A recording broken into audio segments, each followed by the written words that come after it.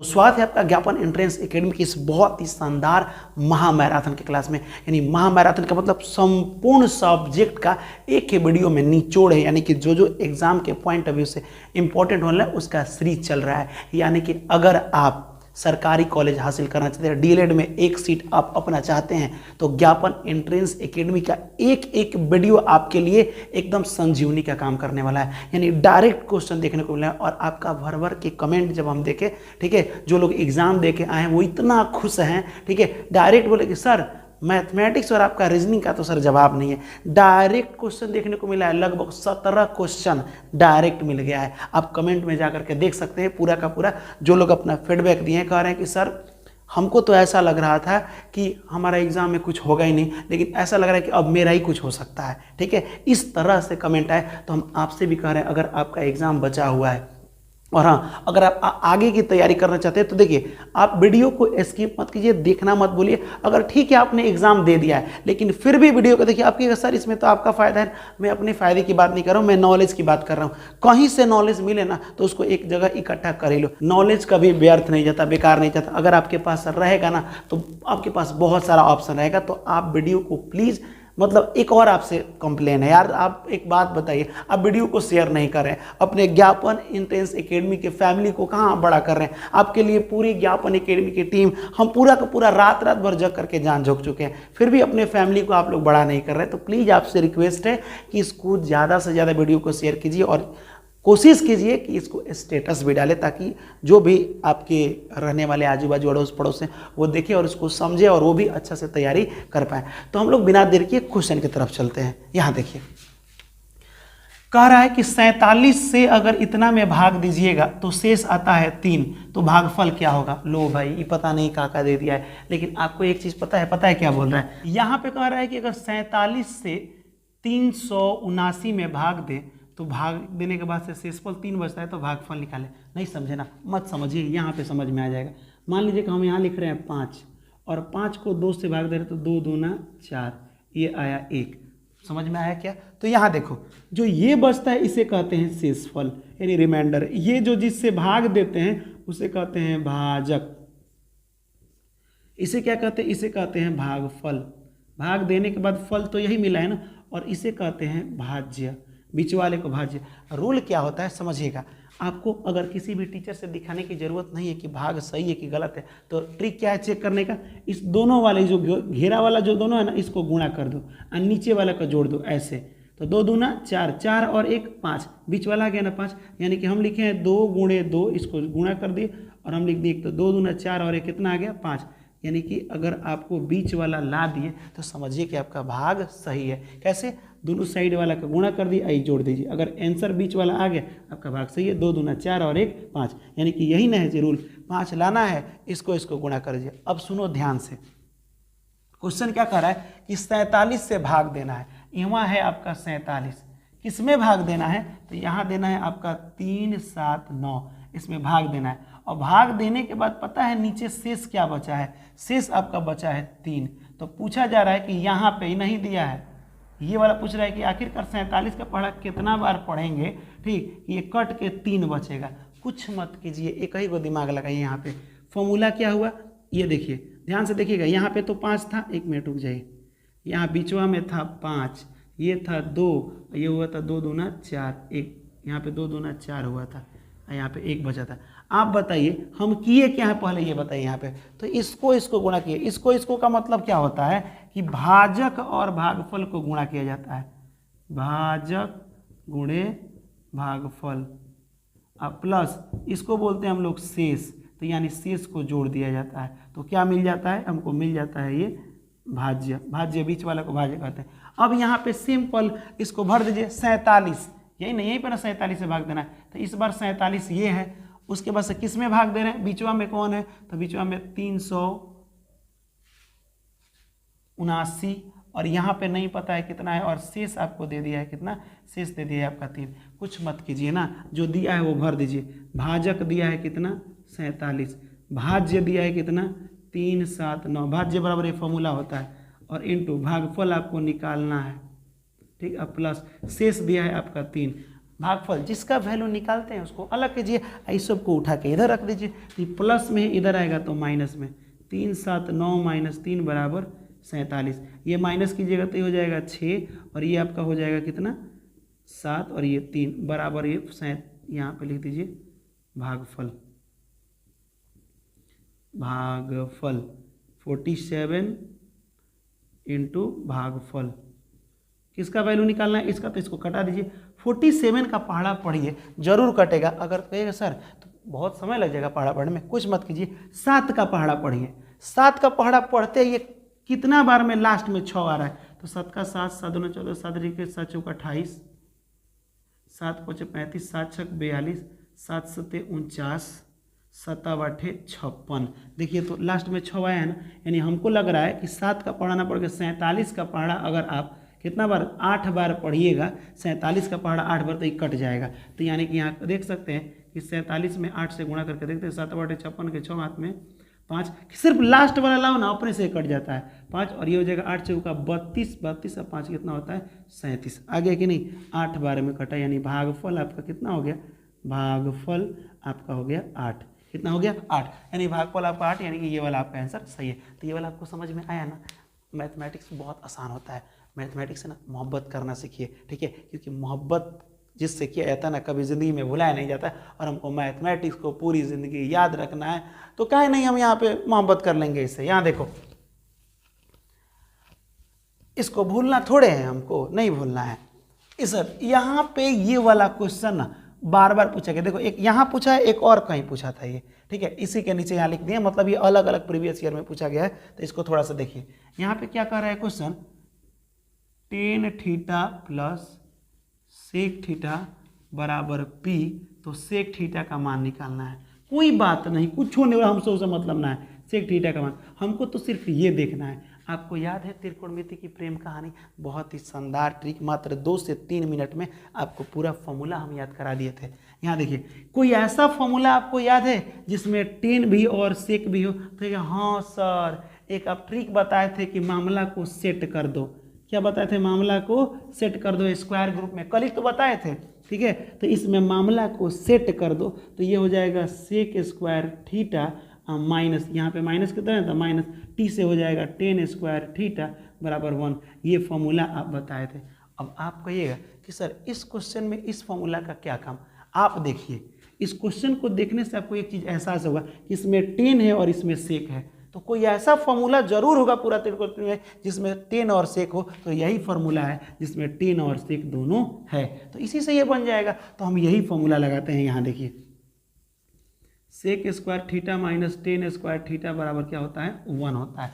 देखिएगा इतना का मान पी दिया है ना, सेक पूछा है, निकल जाएगा। ठीक, एक काम यहाँ करते हैं हम, यहाँ ए स्क्वायर और बी स्क्वायर, जब भी कोई ऐसे स्क्वायर में नंबर हो ऐसे, तो एक बार इसको प्लस में लिखते हैं, ठीक, और एक बार इसको किस में लिखते हैं, माइनस में। तो तुम भी यहाँ पे एक बार इसको प्लस में लिख दो, सेक थीटा स्क्वायर हटा दीजिएगा, प्लस में, और ये लिख दीजिए टेन थीटा, और एक बार इसको लिख दीजिए sec square theta minus tan square, यानी a square minus b square होता है ए प्लस बी और ए माइनस बी। इतना तो आप कर ही सकते हैं, बराबर में 1 है तो 1। आप बताइए, ये प्लस वाला का मान कितना दिया है, पी दिया है, तो इसका मान भर दीजिए आप पी। समझ आए, इसका मान क्या भर दिए, पी भर दिए। चलिए कोई दिक्कत नहीं है, पी भर दिए। यहाँ बचा sec theta minus tan theta अब बराबर में 1। इस पी को बट्टा में लाइए तो हो जाएगा sec theta minus tan theta बराबर 1/p। अब यहाँ ध्यान से देखिए, इसका मान, इसको समीकरण 1 मान सकते हैं, इसको समीकरण 2 मान सकते हैं। आप बताइए ध्यान से, ये वाला क्वेश्चन में इतना बराबर p, प्लस रहेगा तो p, और माइनस, जब देखो यहाँ पे इसका मान जब p भरे तो इसको बाटा में भेज दिए, तो माइनस रहेगा तो 1/p।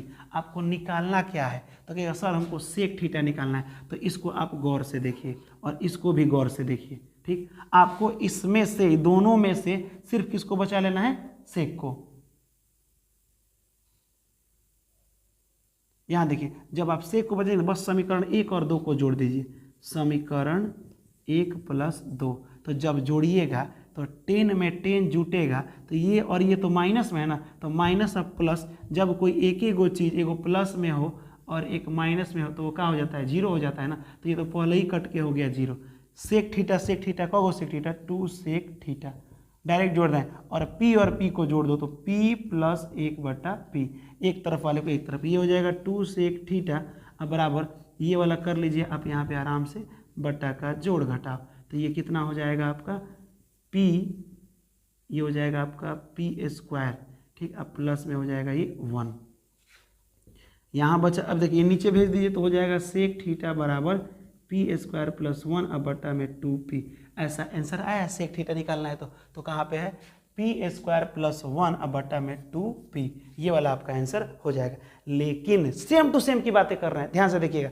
अगर यहाँ पे सेक हटा दें और लिख देते टेन थीटा निकालिए, तो यही सेम काम करना है। समीकरण 1 बना लेना है, 2 बना लेना है। अब आपको क्या बचाना है, घटाना, 10 को बचाना है। तो 1 और 2 को जोड़िएगा मत, अब घटा लीजिएगा।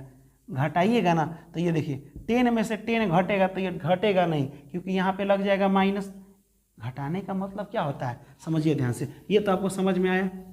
अब यहाँ ध्यान से अगर देखो तो यहाँ tan theta plus sec theta plus में था तो p था, और अगर यहाँ माइनस में आया था tan theta minus sec theta, minus में आया था ना, 1/p था। और हम यहाँ बोल दे आपसे समीकरण 1, 2, आपको इसमें से बचा लेना है क्या, टेन थीटा का मान निकालना है।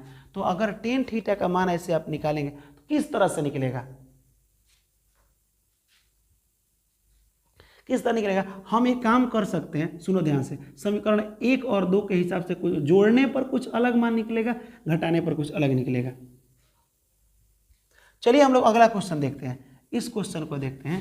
सेक थीटा सेक एक्स चाहे sec theta plus tan, same question है, बराबर में एक्स है, ठीक। तो क्या निकालना है, टेन थीटा का मान। कुछ नहीं किया, जहाँ पे थीटा था ना बराबर में p था, यहाँ बराबर में खाली एक्स डाल दिया। यहाँ सेक थीटा निकाला था, यहाँ टेन थीटा, कोई दिक्कत नहीं है। पहले तो ये दोनों नाम किसी फॉर्मूला में आता है तो कहेगा हाँ सर आता है। एक पहले लिख देते हैं sec theta plus tan theta बराबर में एक्स, ये तो क्वेश्चन हो गया, ये हम ऐसे उतार दिए। एक फॉर्मूला था सेक² थीटा माइनस टेन² थीटा बराबर 1, a² माइनस b², एक बार प्लस में a + b, और एक बार इसी को माइनस में लिखिएगा, a² माइनस b² है, ये हो जाएगा माइनस में बराबर में 1। आप गौर से देखिए, इसका मान, ये दोनों सेम है ना, इसका मान x है तो इसकी जगह ये पर हम लिख दिए x। अब ये सर आप ये 2 को कैसे लिख दिए, बता रहे हैं कैसे लिख दिए। ये फार्मूला हम अपने से लगाएं, क्यों लगाएं, क्योंकि एक हम देखें कि यहाँ सेक है यहाँ टेन है, तो सेक और टेन किसी फार्मूला में आता है तो ये फार्मूला यही है, ठीक। तो ये लगा दिए। अब हम किए क्या है कि a² माइनस b² एक फार्मूला होता है, a² माइनस b²। जब भी ये फार्मूला होता है तो ये होता है एक बार a + b और एक बार a माइनस b, यानी कि इसको एक बार प्लस में एक बार माइनस में लिख देते हैं, यही फार्मूला। तो यही a² b² था, तो एक बार इसको प्लस में एक बार माइनस में लिख दिए, बराबर में 1। इसका मान यहाँ पे x है तो हम आराम से इसको x भर सकते हैं। Sec theta minus tan theta बराबर में 1, यहाँ sec theta minus tan theta, x को बट्टा में भेज दिए 1/x। इसको मानिए समीकरण 1, इसको मानिए समीकरण 2। अब यहीं पे आपको क्या बचाना है वो देखिए। समीकरण 1 ये है, ठीक। रुक जाइए थोड़ा सा,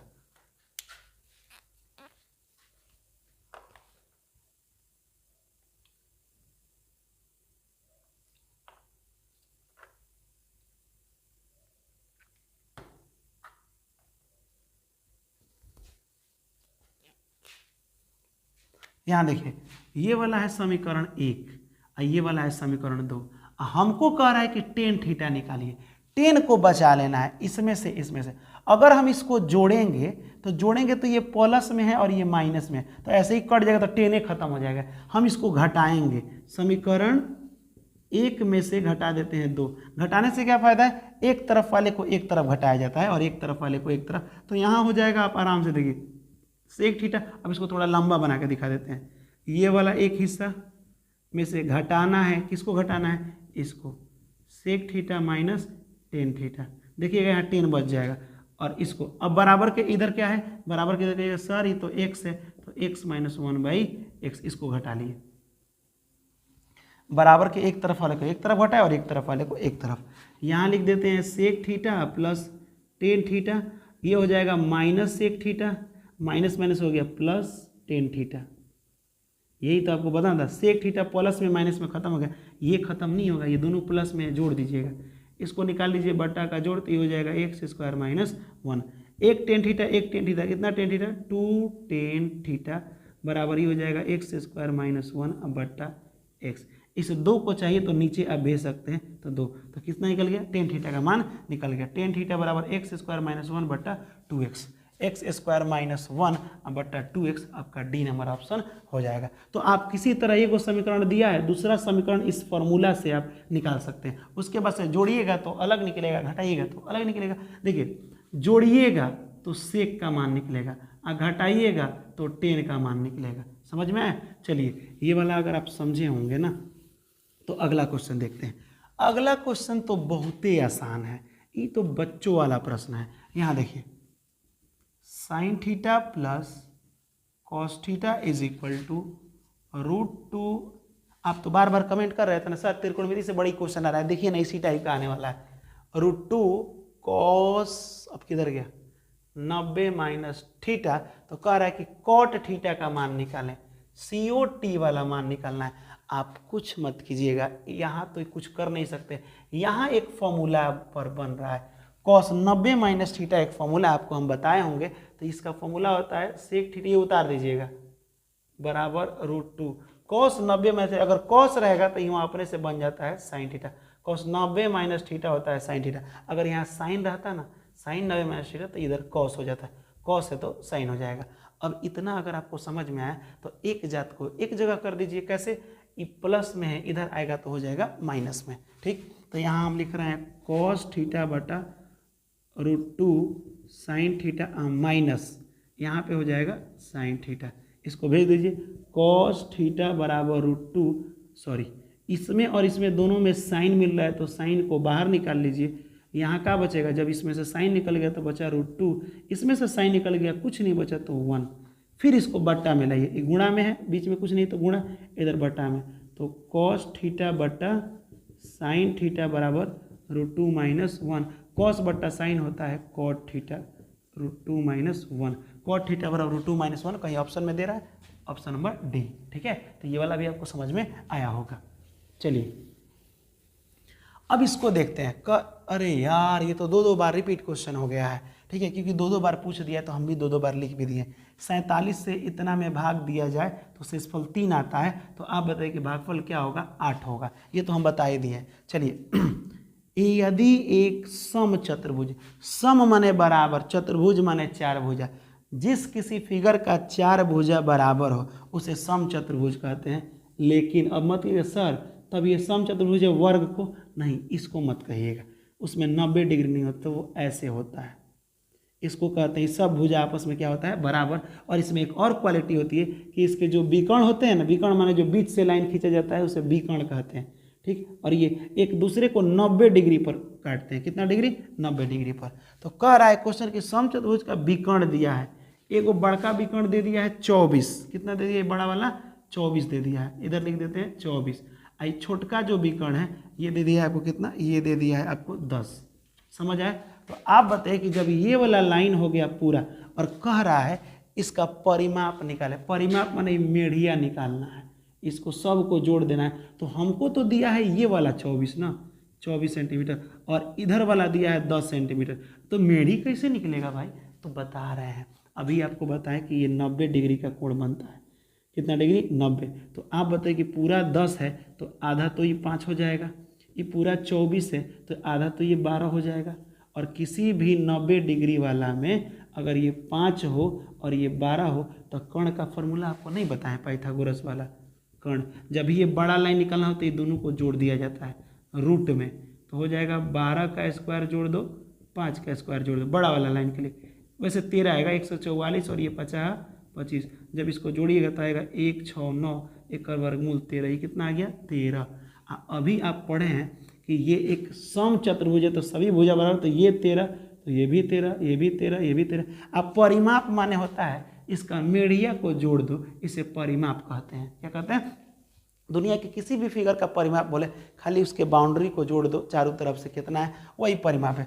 13, 13 दूना 26, 13 39, 13 चौका 52, 52 इसका परिमाप हो जाएगा। तो कहीं ऑप्शन में 52 ए नंबर आपका आंसर हो जाएगा, सिंपल। चलिए अगला क्वेश्चन को देखते हैं। अगला क्वेश्चन कह रहा है किसी वृत्त को अधिकतम, मान लो कि एक वृत्त है, अब वृत्त पर कितना समांतर रेखा खींचा जाएगा। तो सर ना समझ में आए, समांतर का मतलब होता है आमने सामने वाला रेखा जो वृत्त को स्पर्श करे। तो स्पर्श रेखा एगो ऐसे खींचोगे सटा के जाएगा, एगो ऐसे नहीं सटा का बरियारी सटा देना। तो एक जोड़ा ये, एक जोड़ा इधर से खींचो, एक जोड़ा इधर से खींचो। तो हम वृत्त पर सिर्फ 2 जोड़ा ही समांतर रेखाएं खींच सकते हैं, एक इधर से और एक इधर से, 2 जोड़ा। तो ऑप्शन में क्या हो जाएगा, समांतर रेखा अधिकतम 2 हो सकता है जो कि वृत्त को स्पर्श करके जाएगा। लेकिन अगर क्वेश्चन कह दे, सुनो, कि किसी वृत्त पर बाह्य बिंदु से, एक बिंदु से, एक बाह्य बिंदु माने बाह्य माने वृत्त के बाहर वाले एक बिंदु से कगो इसमें स्पर्श करेगा, तो कहेगा मात्र 2 गो करेगा सर, ऐसे 2 ही करेगा। लेकिन ये ध्यान से सुनिए हम क्या कह रहे हैं, किसी वृत्त के बाह्य से बोले, किसी वृत्त के एक बिंदु हो, बाहर बिंदु हो, इसे। लेकिन ये क्वेश्चन कर दे किसी वृत्त पर लगा दे, कितना स्पर्श रेखा खींचा जाए। किसी वृत्त के बाह्य बिंदु बोल देगा तो मात्र 2 गो, लेकिन ये बोल दे कि वृत्त पर कितना, तो अनंत। इस तरह तो कितना सट के निकल जाएगा ना जी, सट के। तो यहाँ पे ये चीज़ें आप याद रखेंगे। एक आयत की लंबाई और चौड़ाई, एक आयत की लंबाई उसकी चौड़ाई से 1 अधिक है, समझ में आया। यानी एक आयत बना रहे हैं, आयत, इसकी जो लंबाई है चौड़ाई जितना भी उससे 1 अधिक है। माने अगर 10 होगा तो 11 होगा, 12 होगा तो 13 होगा। तो मान लो कि x है तो 1 बढ़ा दो x में, x + 1, ठीक। आगे कह रहा है इसका परिधि, अरे यार परिमाप देना चाहिए, लेकिन परिधि का मतलब होता है सबको जोड़ दीजिए। जब सबको जोड़ा गया है तो आया है 14, ये बात है। तो आप भी जोड़िए ना सबको, ई वाला लाइन x, ई वाला लाइन x + 1, फिर ये वाला भी सामने वाला बराबर होगा x, सबको जोड़ रहे हैं, देखो 14 आएगा। ये वाला कितना हो जाएगा, नीचे वाला x + 1, सबको चारों को जोड़ने के बनना चाहिए 14, इतना आ जाए, इसी को कहते हैं।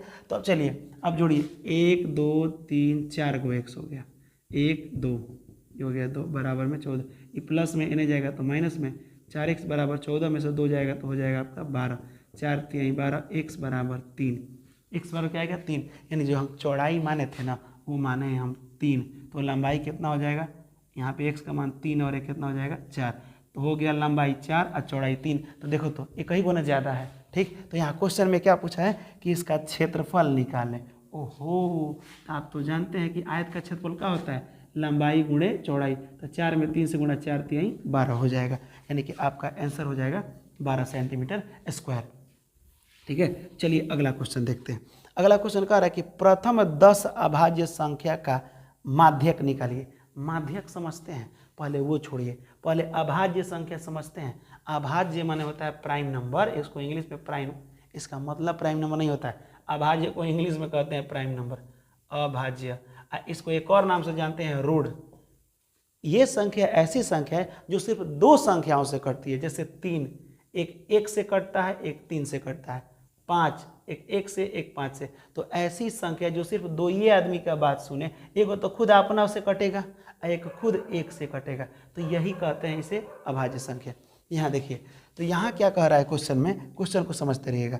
कह रहा है कि 10 गो अभाज्य संख्या लिखिए, प्रथम माने शुरू से, तो 2 से शुरू होता है, 2 अभाज्य संख्या है, 3 अभाज्य संख्या, 4 नहीं है, 5 7 11 हो जाएगा ना। 11 के बाद क्या हो जाएगा आपका 13 के बाद क्या हो जाएगा, अरे उधर जगह होगा कि नहीं, 15 नहीं होगा, 16 नहीं होगा, 17 होगा, 18 नहीं होगा, 19 होगा, 21 नहीं होगा, 22 नहीं, 23 होगा, 1 2 3 4 5 6 7 8 9, अब एगो लिख दीजिए आप, 27 नहीं होगा, 29 होगा। समझ आया। अब ये टोटल हम 10 गो लिख दिया, और इसमें क्या निकालना है 10 में, माध्यक। माध्यक माने बीचवाल, 4 गो एने काटो, 1 2 3 4 गो एने काटो, ठीक। 2 गो बीच में बचा ना, बीच में 2 गो बच गया, जबकि माध्यक में अगर 1 गो बचता तो आराम से आंसर पता चल जाता।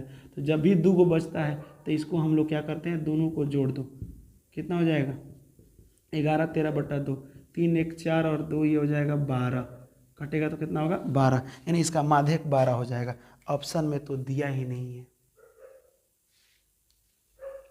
यहाँ कहीं ना कहीं ऑप्शन छूटा है, हो सकता है यहाँ 12 ही हो, 12 ऑप्शन देगा। माध्य का मतलब तो आपको समझा देना, बीच वाले को कहते हैं। जैसे हम बोले कि 1 2 3 4 5, इसमें माध्य कौन है, तो जो बीचवा में है। अब दो को बीच में आ गया है तो दोनों को जोड़ के, जितना को जोड़ते हैं उतना अंक से भाग, 2 से भाग कर दिए तो 3 और 1 कितना हो गया, 4 हो गया, और 1 और 1 2 हो गया, 12 ही आना चाहिए आपका आंसर। ठीक है, चलिए अगला क्वेश्चन।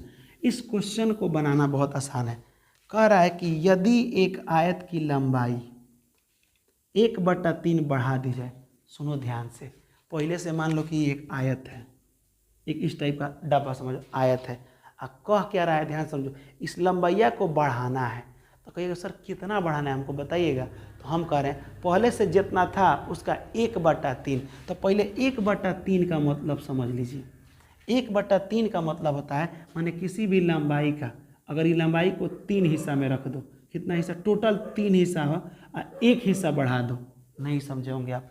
1/3 का मतलब होता है कि कोई चीज़ 3 हिस्सा ऑलरेडी है और कह रहा है इसमें एक हिस्सा बढ़ा दो, तो एक हिस्सा ही और बढ़ा दो, तो ये कब हिस्सा हो गया, 4 हिस्सा। यानी किसी भी लंबाई का 1/3 बढ़ाने का मतलब होता है कि 3 हिस्सा पहले से है उसमें एक बढ़ा देना है, तो ये कितना हो गया, 4। यानी 3 हिस्सा पहले से है, एक बढ़ा दे तो 4, यानी अब ये लंबाई हो गया 4/3। समझ में आया कि नहीं आया, ध्यान से समझिएगा। उसके बाद क्या कर रहा है, इसके चौड़ाई में, यहाँ देखो, इसके चौड़ाई में 1/3 कम कर दो। कम करना है ना, यानी कि इसकी चौड़ाई जो है पहले से 3 हिस्सा में थी, कितना हिस्सा, 3 हिस्सा, उसमें एक कम कर दो। तो जब पहले से 3 गो हिस्सा है, पहले से कितना हिस्सा, 3 गो हिस्सा, 1 2 3, इसमें एक कम कर दो तो कब वो हिस्सा बच जाएगा, 2 गो बच जाएगा। पहले से 3 गो में 1 गो कम करोगे तो कितना बचेगा, 2 गो बचेगा। तो चौड़ाई हो गया 2/3। समझ में आया, ये पहले तो ये हो जाएगा। अब ध्यान से सुनिए, अब कह रहा है कि आयत का क्षेत्रफल तब निकालिए, कि दोनों का क्षेत्रफल निकालिए जो पहले से था। तो पहले हम मान लिए थे कि एगो लाइन था 1, और चौड़ाइयो था इसका 1, लंबाई गुणा चौड़ाई। आज जब हम उसको कम बेस किए हैं तो एगो में बढ़ा दिए। अरे सुनो ना ध्यान से, अब ये सर आप अब घबरा रहे हैं, आप थोड़ा सा यहाँ कन्फ्यूज कर रहे हैं हम लोगों को। पहले से लंबाई आप 1 नहीं माने थे, आप तो कह रहे थे कि पहले से लंबाई 3 हिस्सा था और 1 हिस्सा बढ़ा दिए हैं तो 4 हिस्सा बच गया। अच्छा चलिए मान लीजिए कि आप कह रहे हैं कि 4/3 एगो बढ़ाएं तो 4 हिस्सा हो गया। अच्छा एगो फिर कम कीजिएगा तो 3 हिस्सा हो जाएगा ना, तो 3 से 3 कटेगा तो ये एक ही ना लंबाई है। इसमें आप कह रहे थे कि 3 गो हिस्सा है, एगो कम कर दिए तो 2 लिखे हैं। अच्छा ठीक है, और नहीं कम कर देते यहाँ क्या होता है, 3/3 होता है, 3 एकम 3, तो ये दोनों एक ही एक ना है, दोनों क्या एक एक। तो पहले से इसकी लंबाई चौड़ाई 1 है, अब बाद में इसमें हम इसके लंबाई में 1 बढ़ा दिए हैं और चौड़ाई में 1 कम कर दिए हैं। समझ में, तो हम ऐसे लिख दिए। अब दोनों का क्षेत्रफल निकालो, अब पता करो कि कौन कितना ज़्यादा है। तो 1 में से 1 से गुणा होगा तो 1 होगा। ठीक है, आयत का क्षेत्रफल लंबाई गुणे चौड़ाई होता है। एक का क्षेत्रफल हो जाएगा 1 गुणे 1 बराबर 1। इसका क्षेत्रफल देखो तो लंबाई हो जाएगा 4/3, चौड़ाई हो जाएगा 2/3। ये हो जाएगा 4 दूना 8 और 3 त्रिका 9। अब कह रहा है कि इसका तो क्षेत्रफल 1 आया और इसका क्षेत्रफल 8/9 आया, तो ये इससे कितना कम है। ठीक, तो यहाँ पे 1 में से घटा लीजिए, 1 में से 8/9, तो ये हो जाएगा आपका 9 एकम, ये हो जाएगा 9 माइनस 8 यानी 1/9, यानी 1/9 आपका आंसर हो जाएगा। और मैं बता रहा हूँ ये आपको क्वेश्चन बहुत कम समय में समझ में आया होगा, ये हम जानते हैं। ठीक, क्योंकि हम जितना सोच पा रहे हैं वो इतना आप सोच ही नहीं पाएगा, क्योंकि आप नया सीख रहे हैं। तो इसके लिए और भी तरीका है, मैं ये नहीं कह रहा हूँ कि और तरीका नहीं है, एक्स मान के आप बना सकते हैं, लेकिन 1-2 बार इसको प्रैक्टिस कीजिएगा। एक और तरीके से हम बना सकते हैं, लेकिन पता है वो तरीका समझ में आएगा तब जा करके आप जल्दी बनाएगा, लेकिन उस तरीका को समझने के लिए 20 मिनट लग जाएगा। ठीक, लेकिन अगर उसको हम 20 मिनट में भी समझा देते हैं तो हम जानते हैं कि आपको समझ में आएगा तब जाके इसको 10 सेकंड में बनाइएगा, लेकिन फिर भी आपको बहुत समय लग जाएगा वो समझाने में। इसीलिए हम इसको स्किप थोड़ी देर के लिए करते हैं। उम्मीद करते हैं कि ये वाला पूरा का पूरा क्वेश्चन आपको समझ में आया होगा और आपका एग्जाम इतना शानदार जा रहा है ना। अगर सिलेक्शन हुआ और आप लोग मिठाई नहीं खिलाएं, जैसे हम बोलते हैं कि अगर आपका सिलेक्शन हो तो मेरे तरफ से आपको अपने खुद के पैसे से पार्टी ले लीजिएगा। चलो ठीक है, खुश है। लेकिन आपका अगर सही में सिलेक्शन हो गया तो हमको मिठाई जरूर चाहिए। ठीक है, भर भर के लाइएगा, कार्टून नहीं बोरिया भर के लाइएगा। ठीक है, तो ये वाला आपको समझ में आया होगा। समझ में आया होगा तो अब तो लाइक तो बनता है ना, अगर मेहनत दिख रहा है, क्योंकि आँख पर इतना लाइट ज़्यादा पड़ रहा है कि लग रहा है कि आँख बहुत जल्दी बुढ़ौती आ जाएगा, ठीक है। तो ये अगर आपको मेहनत दिख रहा है तो प्लीज़ अपने ज्ञापन एंट्रेंस एकेडमी को के फैमिली को बढ़ाइए, ज़्यादा से ज़्यादा शेयर कीजिए, ठीक है। अब बिना देर के हम लोग अगला क्वेश्चन देखते हैं। यहाँ पे देखिए, यदि P और Q दो अभाज्य संख्या है तो उसका मौसा निकालना है। देखिए पहले तो जान ले अभाज्य संख्या क्या होता है। तो दुनिया में तो बहुत सारी संख्या होता है, 1 2 3 4 5 6 7 8 9 फलान ढिमकान बहुत सारा होता है ना। तो अभाज्य संख्या पहले जान ले क्या होता है। तो अभाज्य संख्या जैसे मान लो कि 1 2 3 4 5 ऐसे बहुत सारी संख्याएं हो गई, ठीक है। इसमें अभाज्य कौन है। तो ऐसी संख्या जो सिर्फ 2 नंबर से कटे, सिर्फ 2 आदमी का बात सुने। समझ में हम क्या बोले, सिर्फ 2 नंबर से कटे। जैसे कि इसको अगर कटेगा तो ये 1 के पहाड़ा में आता है, 2 के पहाड़ा में आता है। इसको कटेगा तो ये 1 के पहाड़ा में आएगा, 3 के पहाड़ा, यानी कि खुद एगो अपने पहाड़ा में और एक जिसने पैदा किया है 1 2 1 के पहाड़ा में आता है, ये भी खुद अपने पहाड़ा में और 1 के पहाड़ा में आता है। तो ऐसी संख्या जो सिर्फ 2 ही नंबर से कटे उसे अभाज्य संख्या कहते हैं। इसे एक और नाम से जानते हैं, रूढ़ संख्या। इंग्लिश में इसे प्राइम नंबर कहते हैं। प्राइम जो सिर्फ 2 आदमी का बात सुने, ठीक। ये देखिए ये भी क्या हो जाएगा, आप एक क्या हो जाएगा अभाज्य संख्या। लेकिन अगर बात करें हम भाज्य का, भाज्य इसको अभी रहने देते हैं, सुनो ध्यान से। तो यहाँ क्वेश्चन क्या कह रहा है कि P और Q कोई भी 2 अभाज्य संख्या है। अब कोई भी अभाज्य संख्या ले लीजिए जो सिर्फ 2 नंबर से कटे और उसका मौसा निकालिए। मौसा माने HCF निकालिए, ठीक है। तो आप एक काम कीजिए ना, इन्हीं दोनों को ले लीजिए। देखिए तो 2 एकम 2 कट गया 2, ये आ जाएगा आपका 2, खत्म हो गया ना। कितना बचा, यहाँ पे आपका आ गया HCF बराबर 1। और कोई भी ले सकते हैं आप, जैसे मान लीजिए 3 और 5 भी लिए, ठीक है। चाहे आप ले लीजिए कि 11 और 13, ये भी एक ऐसी संख्या दोनों है जो सिर्फ 2 ही आदमी का बात सुनती है। एगो खुद 11 का सुनेगा, एगो 1 का, ये अपना 13 सुनेगी, 1 सुनेगी। इससे भी भाग दीजिएगा तो एक बार में जाएगा 11, 2 बच गए, यहाँ कटा दीजिए, ये हो जाएगा आपका 11, 2 बचे 10, 1 बचा कट गया, ये हो जाएगा आपका 2। तो तब तक कटाया जाता है, भाग दिया जब तक पूरा नहीं कट जाए। और इधर वाला HCF होता है। क्या होता है, इधर वाला HCF होता है, ठीक है। ये जब हम कटा ना, इसको घेर करके घेरा वाला उतार रहे हैं, ठीक है। तो यहाँ पे याद रखिएगा एक चीज़ है, कौन सा, कि ये जो भी अभाज्य संख्या उसका मौसा क्या होता है, 1 होता है। अब बात थोड़ा सा कर लें हम भाज्य संख्या का। किसका बात कर लें, भाज्य संख्या का। ये भाज्य संख्या क्या होता है, तो जो भी नंबर था 1 2 3 4 5 6, भाज्य को यौगिक भी कहते हैं। क्या कहते हैं, यौगिक संख्या। समझिए ध्यान से, वैसी संख्या जो 2 आदमी का बात नहीं सुने। जैसे ऐसे व्यक्ति भी होते हैं जो सिर्फ 2 ही आदमी का होते हैं, वो अपना सुनेगा, वो अपने गार्जियन का, तो उसे अभाज्य कहते हैं, यानी रूढ़ कहते हैं। लेकिन भाज्य किसे कहते हैं, जो 2 से ज़्यादा आदमी का बात माने। जैसे 4 एक पहला नंबर हो जाएगा जो 2 से ज़्यादा आदमी का बात माने, 1 का भी सुनेगा, 2 का भी सुनेगा, 4 का भी सुनेगा, ये तीनों पहाड़ा से कट जाता है। इसीलिए ये कहते हैं, इसे क्या कहते हैं हम लोग, भाज्य कहते हैं। क्या कहते हैं, भाज्य या यौगिक। 6 हो जाएगा। तो क्वेश्चन क्या पूछा था एग्जाम में, ये समझिएगा। पूछा था कि सबसे छोटी भाज्य संख्या तथा अभाज्य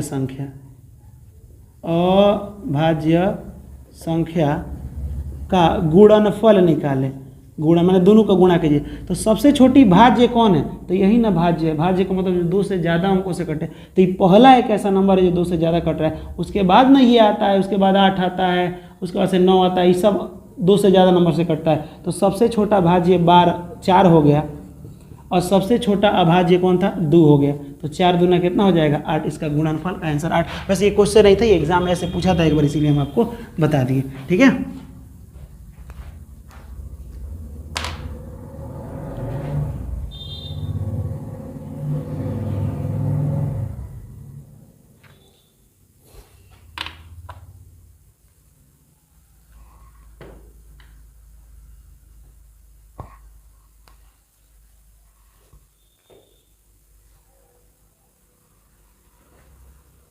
चलिए अब बात करते हैं निम्न में से कौन अपरिमेय नहीं है।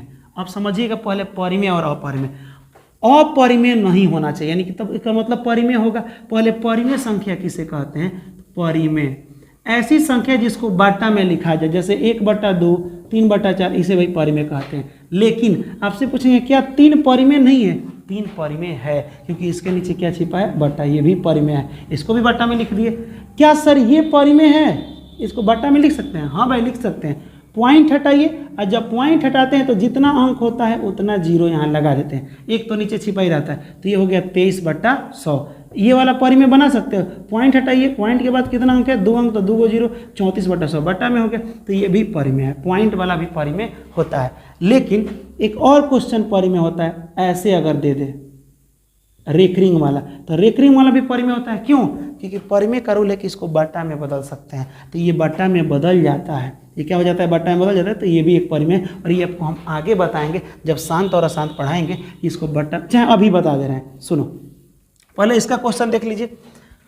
अपरिमेय, परिमेय तो समझ गए जो बट्टा में होता है, अपरिमेय जो रूट में होता है, क्या होता है, रूट से बाहर निकलवे नहीं करे, तो ये कह रहा है कि अपरिमेय सब है लेकिन कोई एगो इसमें नहीं है, तो ये भी रूट से नहीं निकलेगा, ये भी नहीं, ये भी नहीं, तो ये सब अपरिमेय है, लेकिन ये वाला अपरिमेय नहीं है, क्योंकि ये रूट से निकलेगा। 121 को जब निकालिएगा तो 11 का वर्गमूल होता है, कितना का, 11 का, तो ये वाला हो जाता है।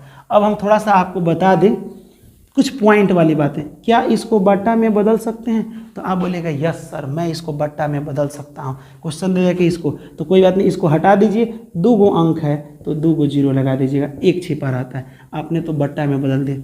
लेकिन अगर मैं आपसे पूछूं कि आप बताइए कि आप पॉइंट हटाए तो 0 काहे दिए, तो आप कह सकते हैं, समझिएगा सर पता है पॉइंट थोड़ा थोड़ा ना 0 की तरह लगता है, ठीक है, तो हमको लगता है कि पॉइंट मैंने 0 हटा रहे हैं तो नीचे 0 देंगे, हम बोले अच्छी बात है, तब तो और अच्छा बात है। इसका मतलब कि अगर हम ऐसे नंबर ढेर सारा दे दें और आप यहाँ से ये पॉइंट हटाइएगा तो जितना अंक होगा उतना नीचे 0 बैठा दीजिएगा, एक आ जाएगा तो बट्टा में बदल दीजिएगा, तो बोलेगा हाँ सर तो ठीक है।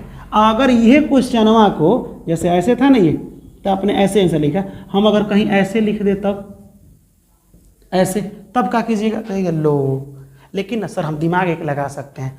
क्यों, क्या लगा सकते हैं कि इसको अगर बोल दे कि भिन्न में बदलें या फिर बोल दे कि P/Q में बदलें, ऐसे कोई भी क्वेश्चन इसको हम बट्टा में बदल सकते हैं। क्या उपाय है पता है सर, जब हम ई हटा रहे थे तो ये 0 की तरह था, तो ठीक है, ई 1 की तरह है, तो हमको लगता है कि 0 और 1 मिलके 9 बन रहा है, क्या बन रहा है, 0 और ये 1 मिलके क्या बन रहा है, 9 की तरह।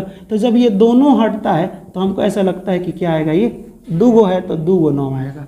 समझ में आया हम क्या बोले, नहीं समझे, यहाँ देखिए, जब कोई कह दे क्वेश्चन कि इसको P/Q के रूप में बदलें, ऐसे क्वेश्चन दिया है आपके बिहार डीएलएड में, दिया है, कई बार दिया है, ठीक है सर जब ये हटा रहे थे तो 0 आ रहा था, 1 की तरह है तो 1 की तरह तो 1 लिख दिए, तो हमको लग रहा है कि दोनों मिला करके 9 नहीं ना बनेगा, हम बोले हाँ सही पकड़े हो, क्या हो जाएगा, ये दोनों मिला के 9 बना है, तो ये हो जाएगा 34, अब बट्टा 2 गो पर था तो 2 गो 9, तो ये हो गया 34/99। बोले कि वाह क्या बात है, इसका मतलब कि सर अगर क्वेश्चन ऐसे दिया रहेगा तो खाली पॉइंट हटाएंगे तो 0 लगाएंगे, अगर यही क्वेश्चन ऐसे दिया रहेगा तो पॉइंट और ये दोनों हटाएंगे तो 2 गो पर है तो 2 गो 9 लगाएंगे। हम बोले अब समझ गए, आप पूरा का पूरा समझ गए। लेकिन सर मान लीजिए कि आपने इस टाइप का पढ़ा दिया, आपने इस टाइप का भी पढ़ा दिया, लेकिन अगर आगे एगो नंबर रह के तब रेकरिंग रहे, तब मान लीजिए कि यहाँ लिख दें हम आपको 34, यहाँ लिख दें 2 पॉइंट, ऐसे कुछ लिख दें, इस टाइप का हो तब क्या करेंगे, तो कहे एगो तो काम करेंगे सर कि मान लीजिए कि ये 2 गो पर है तो नीचे 2 गो 9 लिख देंगे, क्या यही आंसर हो जाएगा, हम बोले नहीं, जिस पर रेकरिंग नहीं, पहले तो सब नंबर को लिखते हैं 2 3 4, जिस पर रेकरिंग नहीं होता है वो नंबर वह घटा लेते हैं। समझ में आया, पूरा को लिखेंगे, जिस पर रेकरिंग वो घटा लेते हैं। अब बट्टा, अब जो लिखना है लिख दीजिए, पॉइंट और रेकरिंग हटेगा तो 2 गो पड़ता तो 2 गो 9, ये घटा लीजिए, 4 में से 2 जाएगा 2, ये 2, 232/99 आपका आंसर हो जाएगा। समझ में आया कि नहीं आया, यहाँ देखिए अगर क्वेश्चन दे दे 3.465 ऐसे दे दे, बात आप समझ गया सर, आप क्या कर रहे हैं, आपको एक सबको उतार लीजिए, ठीक 6.5, जिस पर रेकरिंग नहीं है वो घटा लीजिए, अपना वाला कर दीजिए, 3 गो पर रेकरिंग है, एगो पॉइंट है तो ये हो जाएगा 3 गो 9, ठीक, तो 5 में से 3 जाएगा 2 6 4 3, अब बट्टा में 3 गो 9 हो गया बट्टा में। इसका मतलब कि जो रेकरिंग में हम बदल सकते हैं, रेकरिंग को बट्टा में बदल दे रहे हैं, तो ये भी बट्टा में बदलने वाले को परिमेय कहते हैं। क्या कहते हैं, परिमेय कहते हैं। पूरा का पूरा समझ में आया कि नहीं आया, ठीक, तो ये भी एक क्वेश्चन आ गया। चौथा नंबर क्वेश्चन अगर ऐसे दे दे 2.34 ऐसे, दोनों में अंतर है, इसमें दोनों पर है, इसमें एगो पर है, तो आपके हम जानते हैं सर, आप कह रहे हैं ना पहले पूरा उतार देना है, ठीक, जिस पर रेकरिंग नहीं है वो घटा देते हैं सर, 2 या 3 पर नहीं है घटा दिए, ठीक, उसके बाद एक काम कर रहे हैं, हम जानते हैं सर यहाँ एक ही गो पर एकरिंग है, तो एक गो पर है तो एक ही गो 9, लेकिन यहाँ पर एकरिंग नहीं है, लेकिन पॉइंट तो है ना, तो पॉइंट के बाद एक गो अंक है जिस पर एकरिंग नहीं है, तो सिर्फ पॉइंट हटाएंगे तो इसके लिए 0 आता है। समझ में आया? पॉइंट और एकरिंग हटाए तो एक पर था तो एक 9, इस पर नहीं था तो जो अगर ऐसे रहता तो हटाते तो एक अंक है तो एक ही गो ना 0 आएगा। इसका मतलब कि यहाँ पे 90 हो जाएगा, और ये घटा लीजिए, 4 में से 3 जाएगा 1, 3 में से 2 जाएगा, यहाँ पे क्या हो जाएगा 1, और ये हो जाएगा आपका 2 बट्टा में 90। ये समझ में आया? तो ये चारों क्वेश्चन आपको समझ में आया होगा इसको बट्टा में बदलने का। चलिए क्वेश्चन कह रहा है यहाँ पे कि दो संख्या a और 18 का लसा 36 है। इस ये का बला है सर, लसा मसा गुणाफल फलान ढेंगान क्या क्या दिया है, मैं बता रहा हूँ क्या करना है। एक दो संख्या a और b, कोई संख्या होगा, मान लीजिए कि कोई संख्या होगा, थोड़ा देर के लिए एग्जाम्पल, मान लीजिए कि 4 है और 12 है, ये दो गो संख्या है। समझिए हम ध्यान से क्या करें, ये दो गो संख्या, इसका पहले लघुत्तम निकालो। तो कहेगा सर पता है इसका लघुत्तम कितना है, 4 और 12 का लघुत्तम हम करेंगे यहाँ पे 2 से, 2 दूना 4, 2 छक 12, 2 एकम 2, 2 तीन 6, यानी गुणा करें 2 तीन 6, यहाँ पे 2 दूना 4, 4 तीन 12, यानी इसका लघुत्तम आया है सर 12। हम बोले क्या बात है। अब इसका एलसीएम के बाद HCF निकालिए, तो कहेगा निकाल रहे हैं सर, 4 को दे रहे हैं हम 12 से भाग, 4 तीन 12, ये वाला जो होता है ना, ये वाला HCF होता है, HCF, ओ HCF आ गया 12। एक क्वालिटी इसमें है, कोई भी दो गो संख्या है, समझिएगा ध्यान से समझिएगा, इस दो गो संख्या का लघुत्तम निकाले और इसी दो गो संख्या का महत्तम HCF निकाले, तो वो होता क्या है कि एलसीएम HCF जो भी इसका निकला है, ये दोनों को गुणा कर दो। HCF ये कितना है, 4 आया है, ये दोनों को गुणा कर दो, एलसीएम 12 और HCF 4, आई डायरेक्ट जिस संख्या का निकले है उसको गुणा कर दो, दोनों का आंसर बराबरे आएगा। समझे हम क्या बोले, पहले दो गो मेन संख्या था, इसको गुणा कर 12 चौका 48, फिर इसका लघुत्तम निकालें, फिर इसका महत्तम निकालें, इसका दोनों को गुणा किए तब वही आएगा 12 चौक 48, दोनों बराबर होता है। यानी कि दो संख्या को डायरेक्ट गुणा करें वो वाला, इसी संख्या का निकाल दें हम एलसीएम, इसी संख्या का निकाल दें हम HCF, एलसीएम HCF को गुणा करें तो ये दोनों आपस में क्या होता है, बराबर होता है। समझ में आया कि नहीं आया? दो संख्या को वहीं पे गुणा कर दे, उसी संख्या का एलसीएम निकाल दे, इसी संख्या का एलसीएम निकाल दे, ई गुणा करे तो दोनों वाला आपस में क्या आता है, बराबर। तो फॉर्मूला क्या बन गया कि दो संख्या का गुणनफल गुणा कर दे, गुणनफल, इसी का एलसीएम ले ले और इसी का HCF ले ले, इसको भी गुणा कर दे तो ये दोनों आपस में बराबर आता है। इतना समझ में आया? तो फॉर्मूला जब आपको याद हो गया कि एलसीएम गुणे HCF, तब तो ये निकल गया। यहाँ कह रहा है क्वेश्चन कि दो गो संख्या है, एगो A है एगो 18 है। A तो दो गो संख्या है ना, दो संख्या एगो A मान लीजिए, एगो 18 मान लीजिए, इसका लघुत्तम यानी एलसीएम दे दिया है 36, मसा यानी HCF दे दिया है 2, तो कह रहा है A का मान निकलिए, हो गया 18 दूना 36, A बराबर 2 दूना 4, कितना आ गया, A बराबर 4, आपका ऑप्शन नंबर C हो जाएगा। समझ में आया ना? है ना? मैथ आसान है ना? तो एक बार लिख दो ना, मैथ बाई अमित सर। लिखने में मज़ा नहीं आ रहा है, मत लिखिए। चलिए यहाँ क्वेश्चन समझिए, निम्न में से किसका दशमलव प्रसार शांत है? ओहो, ओम शांति वाला, मतलब शांत हो जाना चाहिए। ओ शांत का मतलब सर ऐसे होता है क्या, माने शांत माने रुक गया तो शांत हो गया। एक होता है जिसमें ढेरे बेचैनी होता है, तो शांत का मतलब होता है जैसे मान लीजिए कि हम 5/2 ऐसे भाग दिए, बटा में, तो आपके सर हम भाग दे रहे हैं, तो 2 दूना आया 4, 1 हो जाएगा, पॉइंट बैठेगा तो यहाँ आया 0, 2 पचे 10। सर ये तो पूरा कट गया तो एक आंसर आया 2.5, ये रुक गया है, अब इसके बाद भाग नहीं दे सकते हैं। लेकिन इसी के जगह पे हम अगर लिख देते 10/3, तो थोड़ा भाग दे के देखो तो 3, 3 3 9, 1 बचेगा, पॉइंट बैठेगा 0, 3 3 9, 1 बैठा 0, 3 3 9, ये तो लग रहा है कि बार बार वही आएगा, बार बार वही, तो ये कहाँ शांत है, इसमें तो ढेरे बेचैनी है ना। तो इस टाइप के को क्या कहते हैं हम लोग, ध्यान से समझिएगा, अगर बार बार रिपीट हो रहा है, चाहे कैसे भी हो रहा है, रुक नहीं रहा है, तो इसे बोलेंगे अशांत है, इसमें बेचैनी है। आई रुक गया है ना, तो ये हो गया शांत। तो क्वेश्चन कह रहा है इनमें से कौन सा शांत है, रुक जाए, तो कहा बट्टा में दिया है तो सबको भाग करेंगे। सर तो इतना बड़ा है, कैसे भागा? हम बोलेंगे नहीं, सबको मत कीजिए, एक आसान तरीका बताएं। शांत को गौर से देखिए, यहाँ देखिए, पूरे बट्टा को तोड़िए, नीचे वाला अगर किसी भी बट्टा को तोड़ने के बाद नीचे वाला में या तो 2 आ जाए और नहीं तो 5 आ जाए, दोनों में से कोई आ जाए या दोनों आ जाए, 2 5 दोनों आ जाए, तो समझिएगा वो शांत है।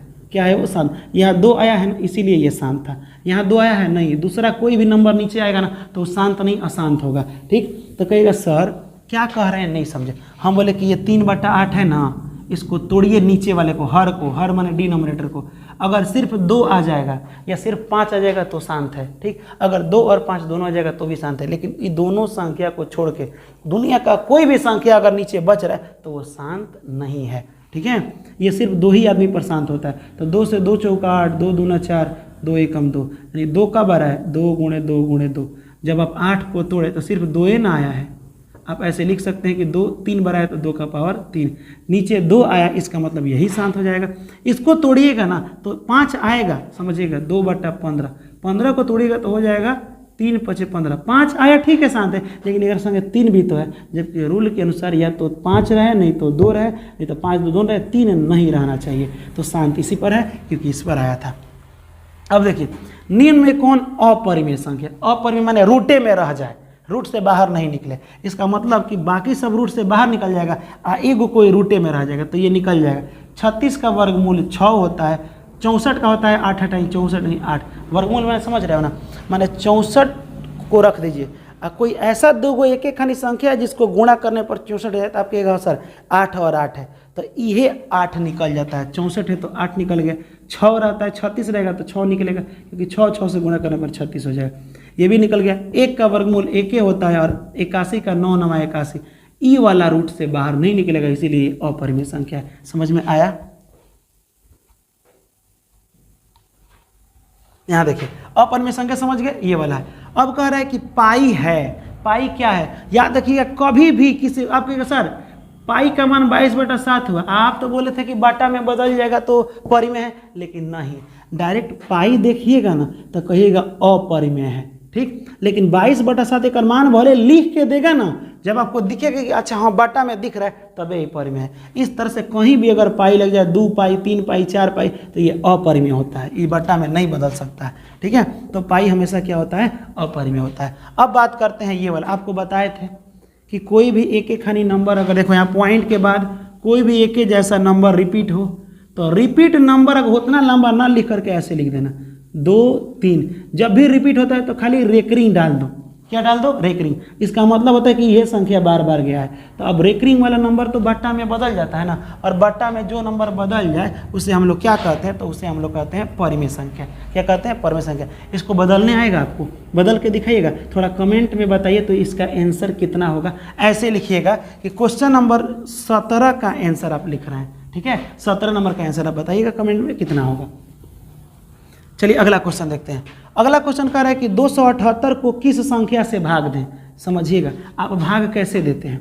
बीच में एगो संख्या होता है, एगो इहवा संख्या होता है, इसका पहाड़ा पढ़ते हैं, कुछ आंसर आता है और कुछ नीचे बचता है तो शेष लिखते हैं। इसको कहते हैं हम लोग भाज्य, बिचवा वाला को जिससे भाग देते हैं उसे कहते हैं हम लोग भाजक, इसे कहते हैं हम लोग भागफल। भाग देने के बाद फल यहीं पे ना मिलता है, भागफल, और इसे कहते हैं हम लोग शेष। तो क्वेश्चन क्या कह रहा है समझिएगा ध्यान से। क्वेश्चन कह रहा है कि 278 को, यानी कि यहाँ पे है 278 को किसी संख्या से भाग करना है, वो पते नहीं है कितना है।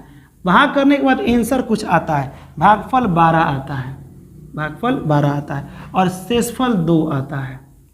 तो कह रहा है कि किससे भाग किए हैं उस संख्या निकालिए। तो इसका एगो फॉर्मूला था। क्या फॉर्मूला था? इसका फॉर्मूला होता है ऐसे, भाज्य बराबर भाजक गुणे भागफल प्लस शेष। नहीं समझे? माने इसको और इसको गुणा कीजिए और बीच नीचवा वाला जोड़ दीजिए तो बीच वाला आंसर आ जाएगा। तो समझिए कि भाग आपका क्या है? सही है। कौन? ये घेरा वाला को गुणा कर दीजिए और बीच वाला को जोड़िए, तो वही तो किए हैं, घेरा वाला का गुणा, नीचे वाला का जोड़ा है, तो क्या मिल गया है? बीच वाला। चलिए यहाँ पे फॉर्मूला भरते हैं। भाज्य कितना दिया है? 278। भाजक नहीं पता है। भागफल कौन है? भागफल आपका 12 है और शेषफल कौन है? शेषफल आपका 2 है। ये प्लस में है, ये नहीं आएगा तो माइनस में हो जाएगा, यहाँ भाजक ही लिख देते हैं, यही तो निकालना है। ये हो जाएगा, प्लस में नहीं आएगा तो माइनस में, तो 78 में से 2 जाएगा तो 276 और ये हो जाएगा भाजक गुणे 12, 12 से कटाइए, 12 दूना 24, 3 12 3 36, भाजक बराबर कितना आ गया 23। तो 23 आपका यहाँ पे लिख दिए। अब आपको ये सर ये पहले से टिक क्यों लगाएं? पता है बाबू क्या हुआ था, एक बार हम वीडियो और ये बना चुके हैं, शूट कर चुके हैं, लेकिन हम पूरा वीडियो बोल लिए, बना लिए, बाद में पता ये चला कि हम रिकॉर्डिंग स्टार्ट ही नहीं किए थे। कितना तकलीफ लगा होगा, छोड़ो जाने दो, होते रहता है, ठीक है, हो जाता है मिस्टेक। चलिए यहाँ देखिए अगला क्वेश्चन क्या करें, ये तो समझ गए। अब करें यदि द्विघात बहुपद इतना दिया है कि शून्यक अल्फा बीटा हो तो अल्फा प्लस बीटा निकालें। नहीं ना समझ में आए, पहले तो दिया है द्विघात बहुपद x square minus x plus में 4। पहले द्विघात बहुपद होता क्या है, जिस भी बहुपद का, बहुपद माने बहुत सारा हिस्सा, 3 हिस्सा में, जिस भी बहुपद का पावर 2 हो, पावर को घात कहते हैं, तो घात 2 है इसीलिए एकर नाम द्विघात है। अगर घात 3 रहता है एकर नाम त्रिघात हो जाता है। और ये घात एक और चीज़ बताता है, ये बताता है कि जब इस क्वेश्चन को आप बनाइएगा तो अगर 2 बार है तो x का मान 2 बार आएगा। कितना बार आएगा? 2 बार आएगा। समझ, मान लीजिए कि कुछ हम बनाएं, x का मान कुछ आ गया ऐसे, 1 का 4 1 का 8। आज जब हम आपसे पूछेंगे कि बताइए ना बाबू इसमें x का मान कितना है, तो आप कहिए, कोई लड़का बोलेगा 4 है, कोई लड़का बोलेगा 8 है, मैंने घबराएगा ना। तो इसीलिए एक ही जैसा नाम को, कन्फ्यूजन को दूर करने के लिए का नाम अल्फा और का नाम का रख दिया जाता है बीटा।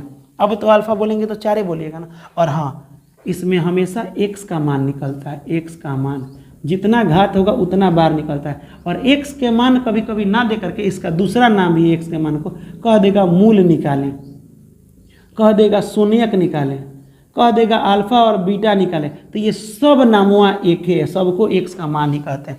तो यहाँ क्वेश्चन क्या कह रहा है, समझिए ध्यान से, कि इसका मूल x का मान दे दिया है अल्फा बीटा, तो कह रहा है कि अल्फा प्लस बीटा निकालें। यानी जो 2 गो x का मान निकला होगा ना, जिसको अल्फा और बीटा कहते हैं, ये दोनों को x के मान को जोड़ने को बोल रहा है। तो आप तो पहले बनाइएगा फिर निकलेगा तब ना जोड़िएगा, वैसा मत कीजिएगा बाबू। अल्फा प्लस बीटा का डायरेक्ट फॉर्मूला होता है -b/a। माइनस b किसे कहते हैं कहिएगा? b। तो सुनिए, जब भी कोई ऐसे संख्या होता है, आपको समझा दे रहे हैं, तो देखो पहला वाले के साइड में जो नंबर होता है उसे a, इसे साइड में जो होता है उसे b, और इसी वाला पूरा को c कहते हैं। तो पहला वाला हमको चाहिए, b कौन चाहिए? दूसरा वाला के साइड में। तो दूसरा वाला के साइड में कहाँ कुछ है? कुछ नहीं, तो 1 छिपा है, तो यहाँ डाल देना -1। a पहला वाले के साइड में होता है, तो पहला वाला के साइड में कुछ नहीं तो 1 हो जाएगा, माइनस माइनस हो गया आपका +1, यानी कि आपका प्लस में 1 आंसर हो जाएगा, अल्फा प्लस बीटा प्लस में 1। समझ में आया? चलिए अगला क्वेश्चन देखते हैं हम लोग। अगला क्वेश्चन क्या कह रहा है, हाँ कौन सा था, ये देखिए, एक द्विघात बहुपद के मूलों का योग तथा गुणनफल 2 और -15 है। एक द्विघात बहुपद के मूलों का योगफल तथा गुणनफल 2 और माइनस क्या है 15 है। अब इसका मतलब क्या, तो बताइए कि ये कौन सा क्वेश्चन का आंसर है। देखो क्वेश्चन जब भी आता है x² + 4x + 6, मान लीजिए कुछ हो गया, तो इसका 2 गो मान निकलेगा x और y का, ये तो आप जानते हैं, समझ में। इस बार ये दोनों आंसर दे दिया है, अगर ये कौन से क्वेश्चन का आंसर है, तो इसका एक फॉर्मूला होता है। क्या होता है फॉर्मूला? फॉर्मूला क्या लगाइएगा, सुनिएगा ध्यान से। जब हम आपसे बोले थे अल्फा प्लस बीटा, तो आप लिखे थे -b/a। जब हम आपको बोलेंगे अल्फा गुणे बीटा, तो आप लिखिएगा c/a। इतना तो आप कर सकते हैं, ध्यान से देखिएगा।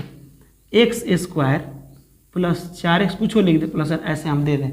यहाँ पे क्या कह रहा है, सुनिएगा ध्यान से। इसका फॉर्म आप बताइए, b कहाँ पे होता है? कहेगा सर b यहाँ पे होता है, इसको b कहते हैं। अगर यहाँ b नहीं रहेगा तो b के जगह आप ये भी लिख सकते हैं। c कहाँ पे है? तो c सर इसको कहते हैं, तो c के जगह आप ये लिख सकते हैं। तो फॉर्मूला कैसे बना, जहाँ c होता है वहाँ हम अल्फा गुणे बीटा लिख सकते हैं, और जहाँ b होता है वहाँ हम क्या लिख सकते हैं, अल्फा प्लस बीटा लिख सकते हैं। समझ में आए? और यहाँ माइनस में है तो माइनस, तो ये एक फॉर्मूला बनता है डायरेक्ट। यहाँ देखिए अब आपको समझ में आ जाएगा।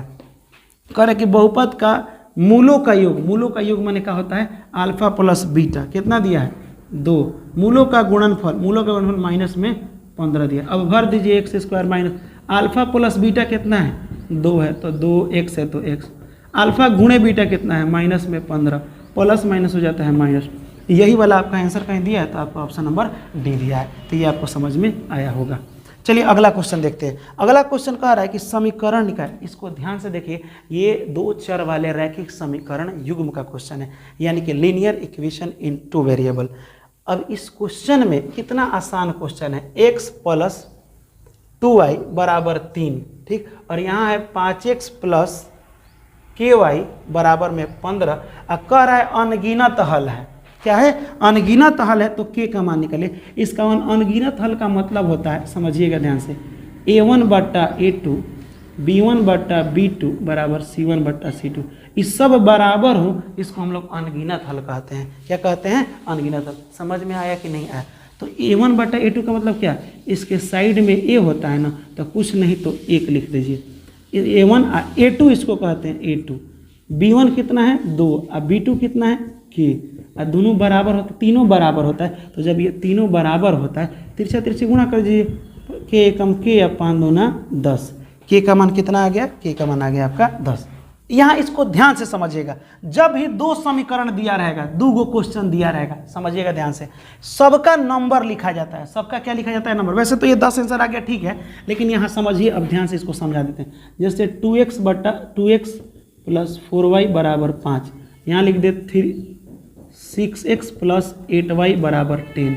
तो हम लोग क्या करते हैं, पहला वाला को पहला वाले के बट्टा में करते हैं, 2 बट्टा 6, इसको भी करते हैं 2 बट्टा 4 बट्टा 8, इसको भी करते हैं 5 बट्टा 8। कटाइए, कटाने के बाद ये आया कितना? 2 3 6, ये आया 2 चौके 8, सॉरी 4 दूना 8, ये आया आपका 10 है ना, 5 दूना 10। तो यहाँ देखिए, इधर आया 1 बट्टा 3, इधर आया 1 बट्टा 2 और इधर आया आपका 1 बट्टा 2। पहला वाला बराबर नहीं है, लेकिन दूसरा वाला बराबर है। तो जब पहला वाला ही क्वेश्चन में बराबर नहीं हो, जब दो क्वेश्चन को बनाया जाए और पहला वाला बराबर नहीं आता है, ऐसे लाइन कट गया है ना, तो जब लाइन कट जाए तो उसको कहते हैं कि ये लाइन प्रतिच्छेदी होगा, क्योंकि काट दिया है, काटने को प्रतिच्छेद करते हैं, ठीक है। और सुनिए ध्यान से, पूछ दे कि इस टाइप के क्वेश्चन को बनाइएगा तो कितना हल निकलेगा, कब हल निकलेगा। तो आप बताइए, जब ऐसे लाइन को ऐसे काटा जाता है तो कब बार कटा है? एक बार, तो इसीलिए इसका एक हल होगा। और एक हल को अद्वितीय हल भी कहते हैं, अद्वितीय हल। अब बताइए, हम आपसे पूछें कि अद्वितीय हल में a1 बट्टा a2 कैसा होता है, तो आपको क्या पता है? सर, ये वाला और ये वाला बट्टा करने के बाद ये दोनों बराबर नहीं होता है, तो हमारा अद्वितीय हल होता है। अब ये जब दोनों बराबर नहीं होगा, इसका मतलब कि लाइन को काटेगा, और लाइन जितना जगह पे काटता है उतना हल होता है। तो एक हल या एक हल का नाम है अद्वितीय हल। अगर लाइन सर ऐसे काटता ना, तो 2 जगह कटा है तो इसका 2 हल होगा। लेकिन अगर हम यही लाइन ऐसे दे दे बाबू, एक लाइन ऐसे, एक लाइन इसी के ऊपर दे दे, अब बोले कि बताओ कि कितना जगह सटा है, तो कहिएगा सर वो तो शुरू से सटा है, तो जितना जगह सटा है उतना हल, तो अनंत हल हो जाएगा, अनंत हल। अगर मैं बोलूं कि ये वाला लाइन कितना हल है, कितना जगह सटा है, तो ये एको जगह नहीं सटा है, तो ऐसे को कहते हैं कोई हल नहीं। समझ में आया? इसका होता है कोई हल नहीं। तो जब समानांतर होगा तो कोई हल नहीं, जब एक के ऊपर एक होगा इसे संगत कहते हैं, संगत कहते हैं, आश्रित कहते हैं। संगत माने एक दूसरे के संग हैं, संगत आश्रित, तो इसका अनंत हल होगा। और जब एक दूसरे को ऐसे काटेगा तो इसका एक हल या अद्वितीय हल होगा, ठीक है। यहाँ देखिए, क्वेश्चन कह रहा है कि यहाँ पे देखिए, चलिए, यदि रेखा एक बिंदु पर प्रतिच्छेद करती है, यदि रेखा जो है एक बिंदु पर एक दूसरे को यहाँ काटती है, तो कह रहा है कि दोनों में कितना हल होगा। तो बताइए, अनेक हल होगा कि अद्वितीय हल होगा। तो ठीक है सर, एक जगह काटा है, तो उस समय से तो बता रहे हैं ना कि एक जगह काटेगा तो उसको क्या एक हल या अद्वितीय हल कहेंगे। तो ये वाला बी वाला आपका ऑप्शन हो जाएगा, अद्वितीय हल। तो उम्मीद करते हैं कि ये पूरा का पूरा आपको समझ में आया होगा। अब आपको इस वीडियो को देखने के बाद पूरा का पूरा मैथमेटिक्स के लिए, क्योंकि इस वीडियो में परसेंटेज भी है, इस वीडियो में द्विघात बहुपद फलाना ढिमकाना जितना मैथ का टॉपिक आता है परसेंटेज से लेकर के ये पूरा का पूरा है, ठीक है। एक चीज़ दिमाग बैठा लीजिए, अगर आपको मैथमेटिक्स से मोहब्बत हो जाता है, समझिए कि मैथमेटिक्स से लगा हो जाता है, तो हर सब्जेक्ट आसान हो जाता है। यानी हर सब्जेक्ट में आपका इंटरेस्ट हो जाएगा और हर सब्जेक्ट का रवैया बदल जाएगा। ये दिमाग में बैठा लीजिए। इसीलिए आप मैथमेटिक्स को काफ़ी स्ट्रॉन्ग कीजिए। और आपका कमेंट तो भर भर के हम देखेंगे कि सर पता है पूरा का पूरा सब्जेक्ट, मैथमेटिक्स हो, रीजनिंग हो, ऑल सब्जेक्ट में सर पूरा का पूरा जबरदस्त एकदम पेपर फाड़ के आएंगे। मतलब पेपर फाड़ के नहीं, बना के पूरा आए सर, हमको सरकारी कॉलेज मिलेगा, इसको देख के काफ़ी खुशी मिलता है, ठीक है। तो ये आपको समझ में आया होगा। तो बिना देर की हम लोग अगला सब्जेक्ट देखते हैं। तो फाइनली अब यहाँ से क्वेश्चन स्टार्ट हो रहा है साइंस सब्जेक्ट का, यानी कि विज्ञान का क्वेश्चन। 46 नंबर क्वेश्चन से, क्योंकि पहले ही मैं आप लोगों को बता चुकी हूँ कि ये जितना भी क्वेश्चन कराया जा रहा है प्रीवियस ईयर का क्वेश्चन कराया जा रहा है, पिछले साल का जितना भी विज्ञान में पूछा गया क्वेश्चन है वो सारा क्वेश्चन आप लोगों को कंप्लीट कराया जा रहा है। तो इसी वजह से क्वेश्चन स्टार्ट हो रहा है 46 से कि अगर हवा ध्वनि संरचना के विपरीत दिशा में बह रही हो तो ध्वनि का वेग के साथ क्या होगा। ऑप्शन ए में है समान रहेगा, बी में है बढ़ेगा, सी में है घटेगा और डी में है आकलन संभव नहीं होगा। तो ये स्वाभाविक सी बात है कि अगर हवा ध्वनि संरचना के विपरीत दिशा में बहे, यानी कि अगर यहाँ पर कोई व्यक्ति खड़ा है और बोल रहा है ध्वनि संरचना के अगर विपरीत दिशा में, मतलब इस दिशा से इस दिशा में हवा बहे, तो ऑब्वियसली बात है, स्वाभाविक बात है कि ध्वनि का वेग जो है ना वो घटेगा, यानी कि option number C is the correct answer. अगर ध्वनि संरचना के विपरीत दिशा में यानी कि उल्टी दिशा में हवा बह रही हो तो ध्वनि का वेग यानी कि चाल क्या होगा, घटेगा। तो इसी वजह से option number C is the correct answer. आगे बढ़ते हैं। 47 नंबर क्वेश्चन है कि निम्नलिखित में से कौन सा जल प्रदूषण का प्रमुख कारण है। ऑप्शन ए में है सिंचाई, बी में है इनमें से कोई नहीं, सी में है स्नान करना और डी में है औद्योगिक कचरा।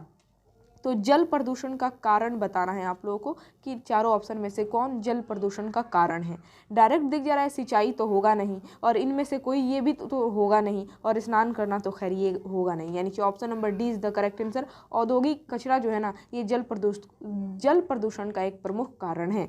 आगे बढ़ते हैं। 48 नंबर क्वेश्चन है कि निम्नलिखित में से कौन एकल झिल्ली से घिरा हुआ है। ऑप्शन ए में है क्लोरोप्लास्ट, बी में है माइटोकॉन्ड्रिया, सी में है लाइसोसोम और डी में है न्यूक्लियस। बड़ा ही आसान सवाल पूछ दिया गया है, इसका सही जवाब होगा option number C, lysosome is the correct answer. अगला प्रश्न है प्रश्न नंबर 49 कि किस जीव का प्रयोग जैविक खाद के रूप में किया जाता है। ऑप्शन ए में है अजोला, बी में है स्पाइरोगाइरा, सी में है कैसिया और डी में है ई कोलाई। आप लोग जानते हैं कि अजोला का प्रयोग जैविक खाद के रूप में किया जाता है, तो सही जवाब क्या होगा, सही उत्तर ऑप्शन ए। 50 नंबर प्रश्न है कि दोहरा निषेचन विशिष्ट है। ऑप्शन ए में है ब्रायोफाइट्स, बी में है जिम्नोस्पर्म, सी में है टेरिडोफाइट्स और डी में है एंजियोस्पर्म। तो दोहरा निषेचन विशिष्ट है कौन से ऑप्शन हो जाएगा इसका, ऑप्शन नंबर डी, एंजियोस्पर्म में option number D is the correct answer. आगे बढ़ते हैं। अगला प्रश्न है कि किसी तत्व की परमाणु संख्या होती है। ऑप्शन ए में है इलेक्ट्रॉन तथा प्रोटॉन की संख्या, बी में इलेक्ट्रॉन की संख्या, सी में प्रोटॉन की संख्या और डी में न्यूट्रॉन की संख्या। तो ये कौन नहीं जानता है, तत्व की परमाणु संख्या होती है प्रोटॉन की संख्या के बराबर। तो 51 का option number C is the correct answer. ठीक है, आगे बढ़ते हैं। अगला प्रश्न है कि किसी वस्तु के लिए गुरुत्वीय त्वरण का मान स्वतंत्र होता है। ऑप्शन ए में है वस्तु की ऊंचाई से, बी में है वस्तु के अक्षांश से, सी में है पृथ्वी की सतह से गहराई पर और डी में है वस्तु के द्रव्यमान से। तो इसका सही जवाब होगा ऑप्शन नंबर डी, किसी वस्तु के लिए गुरुत्वीय मान स्वतंत्र होता है वस्तु के द्रव्यमान से। Option number D is the correct answer. अगला प्रश्न है कि प्रकाश के परावर्तन के कितने नियम हैं। तो आप लोग जानते हैं रिफ्लेक्शन ऑफ लाइट यानी कि प्रकाश के परावर्तन के 2 नियम हैं। सही ऑप्शन क्या हो जाएगा, सही विकल्प ऑप्शन नंबर डी। आगे बढ़ते हैं। अगला प्रश्न कि एक हॉल का फर्श 8 मीटर लंबा तथा 6 मीटर चौड़ा है। एक चींटी इसके एक कोने से विकर्णतः सम्मुख दूसरे कोने तक जाए तो चींटी का विस्थापन होगा। यानी कि यहाँ पर बोला जा रहा है कि एक हॉल का फर्श है जिसकी लंबाई कितनी है, जिसकी लंबाई है 8 मीटर। मान लीजिए ये एक फर्श है, इसकी लंबाई 8 मीटर है और चौड़ाई 6 मीटर है। ठीक है, अब पूछा जा रहा है कि एक चींटी है छोटी सी और वो एक कोने से, मान लीजिए वो ये कोना है, एक कोने से विकर्णता यानी कि बीच में विकर्ण होता है तो विकर्णता सम्मुख दूसरे कोने तक जाती है, यानी कि इस कोने से ये चलते हुए दूसरे कोने तक यहाँ पर सीधी आती है। तो बताइए चींटी का विस्थापन क्या होगा। तो आप लोग को विस्थापन बताना है और जब आप लोग इसको सॉल्व करेंगे तो निकल कर आएगा 54 का option number C, 10 meter. Option number C is the correct answer.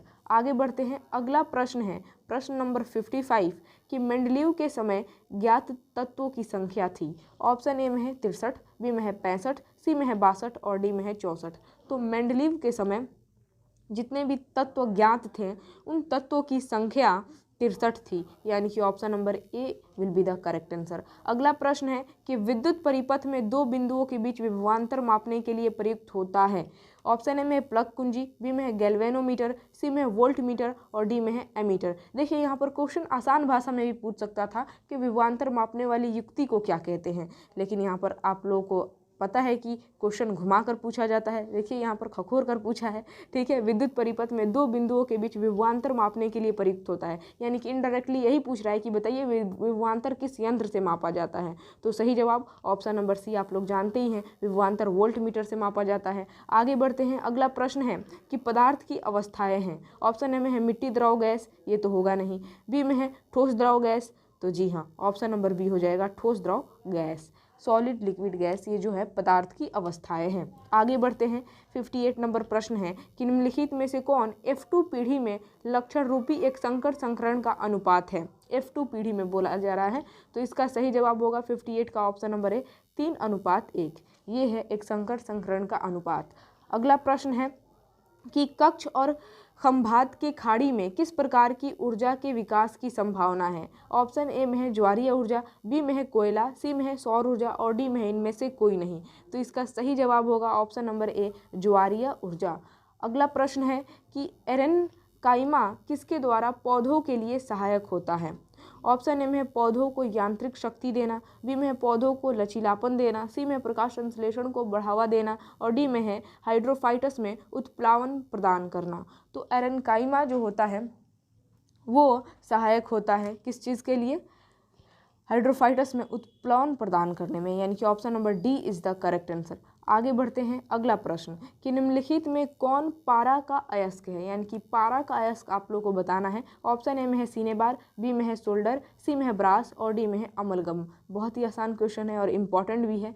पारा का अयस्क है cinnabar, option number A is the correct answer. आगे बढ़ते हैं, अगला प्रश्न है कि सजीव में पाए जाने वाले जैव प्रक्रम या फिर जैव क्रम, आप जैव प्रक्रम ही होता है। तो सजीव में पाए जाने वाले जैव प्रक्रम हैं। ऑप्शन ए में श्वसन, बी में इनमें से सभी, सी में है पोषण और डी में है जनन। तो इसका सही जवाब होगा 62 का ऑप्शन नंबर बी, इनमें से सभी, क्योंकि जैव प्रक्रम में श्वसन भी आता है, पोषण भी आता है और जनन भी आता है। इसी वजह से सही ऑप्शन क्या होगा, ऑप्शन नंबर बी। आगे बढ़ते हैं, 63 नंबर क्वेश्चन है कि विद्युत हीटर में तार की कुंडली किस तत्व की बनी होती है। ये बहुत आसान सवाल पूछ दिया गया है। हीटर में जो कुंडली होती है तार की, वो नाइक्रोम तार की कुंडली होती है। और भार के विचार से जल में हाइड्रोजन एवं ऑक्सीजन का अनुपात होता है। जी हाँ, भार के विचार से H2O, यानी कि जल में हाइड्रोजन और ऑक्सीजन का अनुपात आपको बताना है। बहुत ही आसान है, आप लोग बता सकते हैं, भार के हिसाब से बताना है। 64 का ऑप्शन नंबर डी, वह 1:8 इज़ द करेक्ट आंसर। ठीक है, अगला प्रश्न है प्रश्न नंबर 65। पोषण जिसमें जीव शरीर के अंदर भोजन लेता है और एंजाइम का उपयोग करके पचाता है, उसे कहते हैं। ऑप्शन ए में है मांसाहारी, बी में है परजीविता, सी में है मृतजीवी पौधे और डी में है होलोजोइक। तो इसका सही जवाब क्या होगा, वह पोषण जिसमें जीव शरीर के अंदर भोजन लेता है और एंजाइम का उपयोग करके पचाता है, तो उस तरह के पोषण को कहा जाता है holozoic. Option number D is the correct answer. चलिए आगे बढ़ते हैं। देखिए फिर से यहाँ से क्वेश्चन स्टार्ट हो रहा है। क्वेश्चन नंबर 46 से सवाल है कि निम्नलिखित में से तत्वों के वर्गीकरण का वर्तमान में क्या आधार है। यानी कि वर्तमान में, अभी प्रेजेंट में जो तत्वों का वर्गीकरण किया गया है उसका क्या आधार है, वर्गीकरण का आधार आपको बताना है। ऑप्शन ए में है तत्वों का परमाणु संख्या, बी में है तत्वों की संयोजकता, सी में है तत्वों की भौतिक अवस्था और डी में है तत्वों का परमाणु द्रव्यमान। मतलब किस बेस पर तत्वों का वर्गीकरण किया गया है। तो इसका सही जवाब होगा ऑप्शन नंबर ए, तत्वों की परमाणु संख्या के आधार पर तत्वों को वर्गीकृत किया गया है आवर्त सारणी में। तो सही जवाब ऑप्शन नंबर ए। आगे बढ़ते हैं, 47 नंबर क्वेश्चन है कि घरेलू विद्युत परिपथ में उदासीन तार का रंग होता है। उदासीन तार का रंग बताना है। आप लोग जानते हैं लाइव वायर यानी कि विद्युन्मय तार जो होता है उसको लाल कलर से दिखाया जाता है, यानी कि वो लाल रंग का होता है। तो ऑप्शन नंबर ए तो होगा नहीं। उसके बाद से आप लोग ये भी जानते हैं कि जो अर्थिंग तार होता है उसको हरा कलर का, मतलब वो हरा रंग का होता है। तो ऑप्शन नंबर बी तो होगा नहीं। और उदासीन तार जो होता है, याद रखना है, वो काला कलर का होता है। तो 47 का option number C is the correct answer. ठीक है, पीला भी नहीं होगा। अगला सवाल देखिए, क्वेश्चन नंबर 48 है कि अंगूर में कौन सा अम्ल सबसे प्रचुर मात्रा में पाया जाता है। ऑप्शन ए में है ऑक्सैलिक अम्ल, बी में है टार्टरिक अम्ल, सी में है सल्फ्यूरिक अम्ल और डी में है मैलिक अम्ल। तो इसका सही जवाब बहुत ही ज़्यादा आसान है, बता दीजिए। 48 का ऑप्शन नंबर बी हो जाएगा टार्टरिक अम्ल। अंगूर में टार्टरिक अम्ल जो है ना ये प्रचुर मात्रा में पाया जाता है। 49 नंबर क्वेश्चन है कि गोल्गी निकाय स्थानिक रूप से किससे संबंधित है। ऑप्शन में है ईआर, बी में है माइटोकॉन्ड्रिया, सी में है प्लाज्मा झिल्ली और डी में है राइबोसोम। तो इसका सही आंसर होगा 49 का ऑप्शन नंबर ए, गोल्गी निकाय जो है ना ईआर से संबंधित है। ठीक है, अगला प्रश्न है 50 नंबर कि ट्रिटियम निम्नलिखित में से किसका समस्थानिक है। ऑप्शन ए में है कार्बन, बी में है हाइड्रोजन, सी में है यूरेनियम और डी में है ऑक्सीजन। तो इसका सही जवाब क्या होगा, ट्रिटियम किसका समस्थानिक है, समस्थानिक बताना है। और ट्रिटियम जो है ना वो हाइड्रोजन का समस्थानिक है। तो option number B is the correct answer. 50 का ऑप्शन नंबर बी हो गया। आगे बढ़ते हैं, अगला प्रश्न है कि उत्तक संवर्धन द्वारा जीवाणु और विषाणुओं से मुक्त पौधों को प्राप्त करने की उत्तम विधि है। ऑप्शन ए में है भ्रूण संवर्धन, बी में है सूक्ष्म प्रवर्धन यानी कि माइक्रो प्रोपेगेशन और सी में है कीटाणु मुक्त परिस्थिति में बीज अंकुरण करना और डी में है गामा विकिरण के पश्चात बीजों की अंकुरण। तो इसका सही आंसर होगा ऑप्शन नंबर बी, सही विकल्प। आगे बढ़ते हैं, अगला प्रश्न, प्रश्न नंबर 52 कि निम्नलिखित कथनों में से कौन सा कथन आवृत्ति का बेहतर वर्णन करता है। आवृत्ति का बेहतर वर्णन करता है। ऑप्शन ए में है एक श्रृंग से दूसरे श्रृंग के बीच की तरंग दूरी अगर एक हो, बी में है ध्वनि तरंगों द्वारा प्रति सेकंड तय की गई दूरी, सी में है 1 सेकंड में पूर्ण किए गए दोलनों की कुल संख्या और डी में है ध्वनि तरंगों के कारण उत्पन्न अधिकतम विक्षोभ। तो आवृत्ति का बेहतर वर्णन करता है ऑप्शन नंबर सी, 1 सेकंड में पूर्ण किए गए दोलन की कुल संख्या। आगे बढ़ते हैं, अगला प्रश्न है कि वाष्पीकरण की गुप्त ऊष्मा का उपयोग होता है। ऑप्शन ए में है गैस अवस्था में कणों की गतिज ऊर्जा को बढ़ाने में, बी में है हिमांक बिंदु पर ठोस कणों के बीच आकर्षण बल से बाहर निकलने में, सी में है क्वथनांक पर द्रव के कणों के बीच आकर्षण बल से निकालने में और डी में है द्रव अवस्था में कणों की गतिज ऊर्जा को बढ़ाने में। तो 53 का ऑप्शन नंबर सी हो जाएगा, क्वथनांक पर द्रव के कणों के बीच आकर्षण बल से निकालने में वाष्पीकरण की गुप्त ऊष्मा का यूज होता है। अगला प्रश्न है कि धंसा रंध्र वाला पौधा होता है। ऑप्शन ए में है आम, बी में है झाड़िया, सी में है नीम और डी में है नेरियम यानी कि कनेर। तो धंसा रंध्र वाला पौधा कौन सा है, तो वो है नेरियम यानी कि कनेर। Option number D will be the correct answer. ठीक है, अगला प्रश्न है प्रश्न नंबर 55 कि पृथ्वी के वायुमंडल में पाई जाने वाली गैसों में नाइट्रोजन की मात्रा कितनी होती है। ये तो बहुत हलवा क्वेश्चन पूछ दिया गया है, आप लोग जानते हैं पृथ्वी के वायुमंडल में पाई जाने वाली गैसों में नाइट्रोजन की जो मात्रा है वो है 0.7808।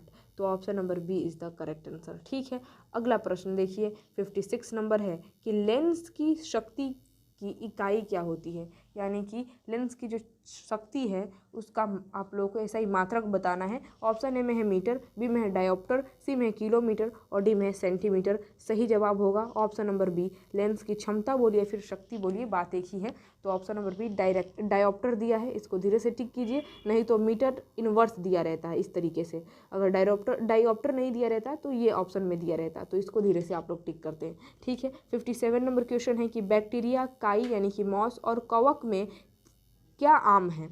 ऑप्शन ए में है कोशिका भित्ति की उपस्थिति, बी में है स्वपोषी, सी में है इसके पोषण की विधि और डी में है शारीरिक संगठन। तो बैक्टीरिया, काई और कवक में जो कॉमन है यानी कि जो आम है वो है कोशिका भित्ति की उपस्थिति। तो option number A is the correct answer. अगला प्रश्न है कि किसी चालक से 2 मिनट तक 1 एम्पियर की धारा प्रवाहित होने पर आवेश का मान होगा, यानी कि यहाँ पर क्यू का मान बताना है। आवेश क्यू बराबर IT, आप लोग सूत्र फॉर्मूला जानते भी होंगे। तो 2 मिनट तक, T बराबर 2 मिनट, इसको सेकंड में बदल कर आपको रखना है, समय जो है ना T के जगह पर ये 2 मिनट जो है ना इसको सेकंड में बदल कर रखना है। उसके बाद से I यानी कि धारा, विद्युत धारा कितनी है तो 1 एम्पियर। इस तरह रख कर आप लोग मान को रखकर सॉल्व करेंगे तो इसका जो आंसर निकल कर आएगा वो होगा 120 कूलाम। तो option number D is the correct answer. अगला प्रश्न है 59 का कि सिरका किसका विलयन है। ऑप्शन में है 5% से 8% एसिटिक एसिड, बी में है इनमें से कोई नहीं, सी में शराब में 50 से 60% 8% एसिटिक एसिड और डी में पानी में 5 से 8% एसिटिक एसिड। तो इसका सही जवाब होगा ऑप्शन नंबर डी, पानी में 5 से 8% acetic acid is the correct answer. ठीक है, 60 नंबर प्रश्न है कि जनसंख्या में भारत की वैश्विक स्थिति क्या है। ऑप्शन ए में है पहला, बी में है दूसरा, सी में है चौथा, डी में है तीसरा। तो इसका सही जवाब तो खैर आप लोगों को पता ही होगा, जनसंख्या में भारत की जो वैश्विक स्थिति है ना वो है दूसरा, option number B is the correct answer. Kalpakkam किसके लिए प्रसिद्ध है? तो कलपक्कम जो है ना ये नाभिकीय ऊर्जा के लिए प्रसिद्ध है, option number A will be the correct answer. 62 number प्रश्न है कि 20 मीटर प्रति सेकेंड की रफ्तार से एक सरल रेखीय पथ पर चल रही बस का त्वरण 4 मीटर प्रति सेकेंड स्क्वायर है, तो 2 सेकेंड के पश्चात इसकी चाल क्या होगी। अब यहाँ पर चाल का फार्मूला आप लोग लगाएंगे, ठीक है, और जब इसको सॉल्व करेंगे तो निकल कर आएगा 28 मीटर प्रति सेकेंड, यानी कि option number D is the correct answer. आप लोग फार्मूला लगाकर इसको सॉल्व कर देख लीजिएगा। ठीक है, अगला प्रश्न है कि जीवन का भौतिक आधार है। ऑप्शन ए में है भोजन, बी में है जीव द्रव, सी में है कोशिका और डी में है केंद्रक। तो जीवन का भौतिक आधार माना गया है जीव द्रव्य को, तो option number B is the correct answer. आगे बढ़ते हैं, अगला प्रश्न है कि निम्न में से किस ईंधन को पर्यावरण स्नेही माना जाता है। पर्यावरण स्नेही, ठीक है, किस ईंधन को पर्यावरण स्नेही माना जाता है। ऑप्शन ए में है पेट्रोल, बी में है संपीड़ित प्राकृतिक गैस यानी कि सीएनजी और सी में है द्रवित पेट्रोलियम गैस यानी कि एलपीजी और डी में है डीजल। तो इसका सही आंसर होगा ऑप्शन नंबर बी, संपीड़ित प्राकृतिक गैस यानी कि CNG gas, option number B will be the correct answer. 65 number प्रश्न है कि जी का वर्तमान मान है लगभग, ऑप्शन ए में है 6.73 into 10⁻11 newton meter square KG square और बी में है 9.8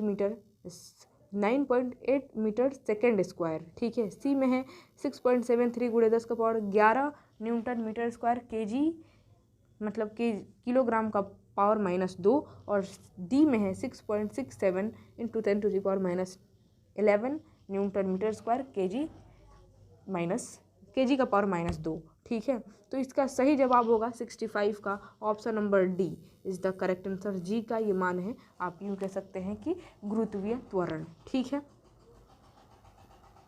तो देखिए फिर से यहाँ पर क्वेश्चन स्टार्ट हो रहा है साइंस यानी कि विज्ञान का ही, क्वेश्चन नंबर 46 से, क्योंकि जैसा कि मैं आप लोगों को बता ही चुकी हूँ कि सारा प्रीवियस ईयर का क्वेश्चन कराया जा रहा है, तो सारा कंप्लीट करना ही है आपको, क्योंकि क्वेश्चन बार बार रिपीट होते हैं। प्रीवियस ईयर में बहुत सारे क्वेश्चन हैं जो कि प्रीवियस ईयर के रिपीट होते हैं। ठीक है, तो इसी वजह से इंपॉर्टेंट समझते हुए सारा ऑब्जेक्टिव क्वेश्चन कराया जा रहा है पिछले साल का, तो आप लोग सारा कंप्लीट कीजिए, एक भी क्वेश्चन मिस नहीं कीजिए। क्वेश्चन नंबर 46 है कि लाइम जल है। ऑप्शन ए में है CaO, बी में है CaCl2, सी में है CaOH2 और डी में है CaCO3 यानी कि कैल्शियम कार्बोनेट। तो इसका सही जवाब क्या होगा? जी हाँ, option number C CaOH2 is the correct answer. Question number 47 है कि कौन रंग है जिसका खतरे के सिग्नल में उपयोग होता है। आप लोग जानते हैं खतरे के सिग्नल के रूप में किसका उपयोग किया जाता है, तो लाल रंग का। एकदम हलवा क्वेश्चन है ये, तो ऑप्शन नंबर बी धीरे से टिक कीजिए। क्वेश्चन नंबर 48 है कि निम्नलिखित में से कौन मानव का उद्भव स्थान है। ऑप्शन ए में है अमेरिका, बी में है चीन, सी में है अफ्रीका और डी में है भारत। तो सही आंसर होगा option number C, Africa is the correct answer. मानव का उद्भव स्थान अफ्रीका है, ये याद रखिएगा, ये भी इंपॉर्टेंट क्वेश्चन है। क्वेश्चन नंबर 49 कि पृथ्वी के वायुमंडल में कार्बन गैस का प्रतिशत कितना है। ऑप्शन ए में है 0.06, बी में है 0.02, सी में है 0.0003 और डी में है 0.04। तो इसका सही आंसर क्या होगा? जी हाँ, बिल्कुल सही सोच रहे हैं आप लोग, option number C is the correct answer. 0.0003 प्रतिशत जो है ना वायुमंडल में कार्बन गैस का प्रतिशत है। 50 नंबर प्रश्न है कि वेटकर ने वर्गीकरण के लिए कितने मानदंडों का उपयोग किया था, तो वो 5 मानदंडों का उपयोग किए थे। Option number B is the correct answer. 51 number प्रश्न देखिए कि सभी कशेरुकियों की एक सामान्य विशेषता है। ऑप्शन ए में है शरीर का सिर, गर्दन, धड़ और पूंछ में विभाजन, बी में है कार्यात्मक उपांगों के 2 जोड़े, सी में है बही कंकाल और डी में है सिर। तो इसका सही जवाब होगा 51 का, ऑप्शन नंबर डी, सिर इज द करेक्ट आंसर। एक सामान्य विशेषता क्या है? सभी कशेरुकियों में सिर। ठीक है, अगला प्रश्न है प्रश्न नंबर 52 कि पत्ती के किनारों के साथ पानी का बूंदों के रूप में निकलना कहलाता है। ऑप्शन ए में है वाष्पोत्सर्जन, बी में है श्रवण, सी में है गुटेशन और डी में है वाष्पीकरण। तो इसका सही जवाब क्या होगा 52 का? जी हाँ, option number C guttation is the correct answer. अगला प्रश्न देखिए, 53 नंबर प्रश्न है कि 3 प्रतिरोध चित्रानुसार यानी कि चित्र में जैसा दिया गया है एक त्रिभुज ए बी सी के भुजाओं के क्रम में जुड़े हैं। ठीक है, देखिए ए बी सी भुजाओं के क्रम में जुड़े हैं। ए तथा बी के सिरों के बीच समतुल्य प्रतिरोध होगा। ए और बी इन दोनों सिरों के बीच समतुल्य प्रतिरोध आप लोग को बताना है, यानी कि अब यहाँ पर आप लोग प्रतिरोध के संयोजन का फॉर्मूला लगाएंगे और इसको सॉल्व करेंगे। सबसे पहले तो आप क्या करेंगे, सबसे पहले 60 ओम और 100 ओम ये जो दोनों प्रतिरोध जुड़े हुए हैं, बताइए ये श्रेणी क्रम में जुड़े हैं कि समांतर क्रम में जुड़े हैं? कमेंट बॉक्स में लिखकर आप लोग फटाफट बताइए। ये दोनों जो प्रतिरोध हैं ये श्रेणी क्रम में जुड़े हुए हैं। ठीक है, अब ये जब श्रेणी क्रम में जुड़े हुए हैं तो यहाँ पर प्रतिरोध का फॉर्मूला लगाकर सबसे पहले इन दोनों का समतुल्य प्रतिरोध निकालिए, यानी कि R बराबर R1 प्लस R2। ठीक है, R1 इसको मानिए और R2 इसको मानिए, तो समतुल्य प्रतिरोध R निकल कर आएगा 100 प्लस 60। ठीक है, यानी कि समतुल्य प्रतिरोध हो जाएगा 160। 160 प्रतिरोध हो गया। और फिर ए और बी दो बिंदु के बीच का समतुल्य प्रतिरोध पूछ रहा है यहाँ पर, तो ये तो हो गया 40 ओम, यानी कि 40 ओम हो गया। और इन दोनों का समतुल्य प्रतिरोध कितना हो गया? 160 ओम। तो अब 40 ओम और 160 ओम का आपको समतुल्य प्रतिरोध निकालना है, तो ए तथा बी के सिरों के बीच समतुल्य प्रतिरोध निकल कर आ जाएगा। अब एक बात बताइए, ये जो 40 ओम है और इधर कितना है, टोटल मिलाकर आप यूँ कह सकते हैं कि कितना निकल कर आया? तो 160 निकल कर आया। ठीक है, तो इन दोनों का समतुल्य प्रतिरोध 160 हो गया और ये 40 ओम। ठीक है, 160 ओम और 40 ओम।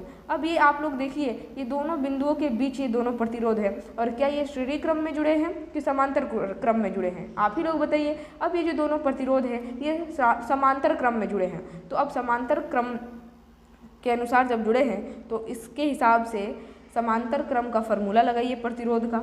1/r is equal to 1/r1 plus 1/r2।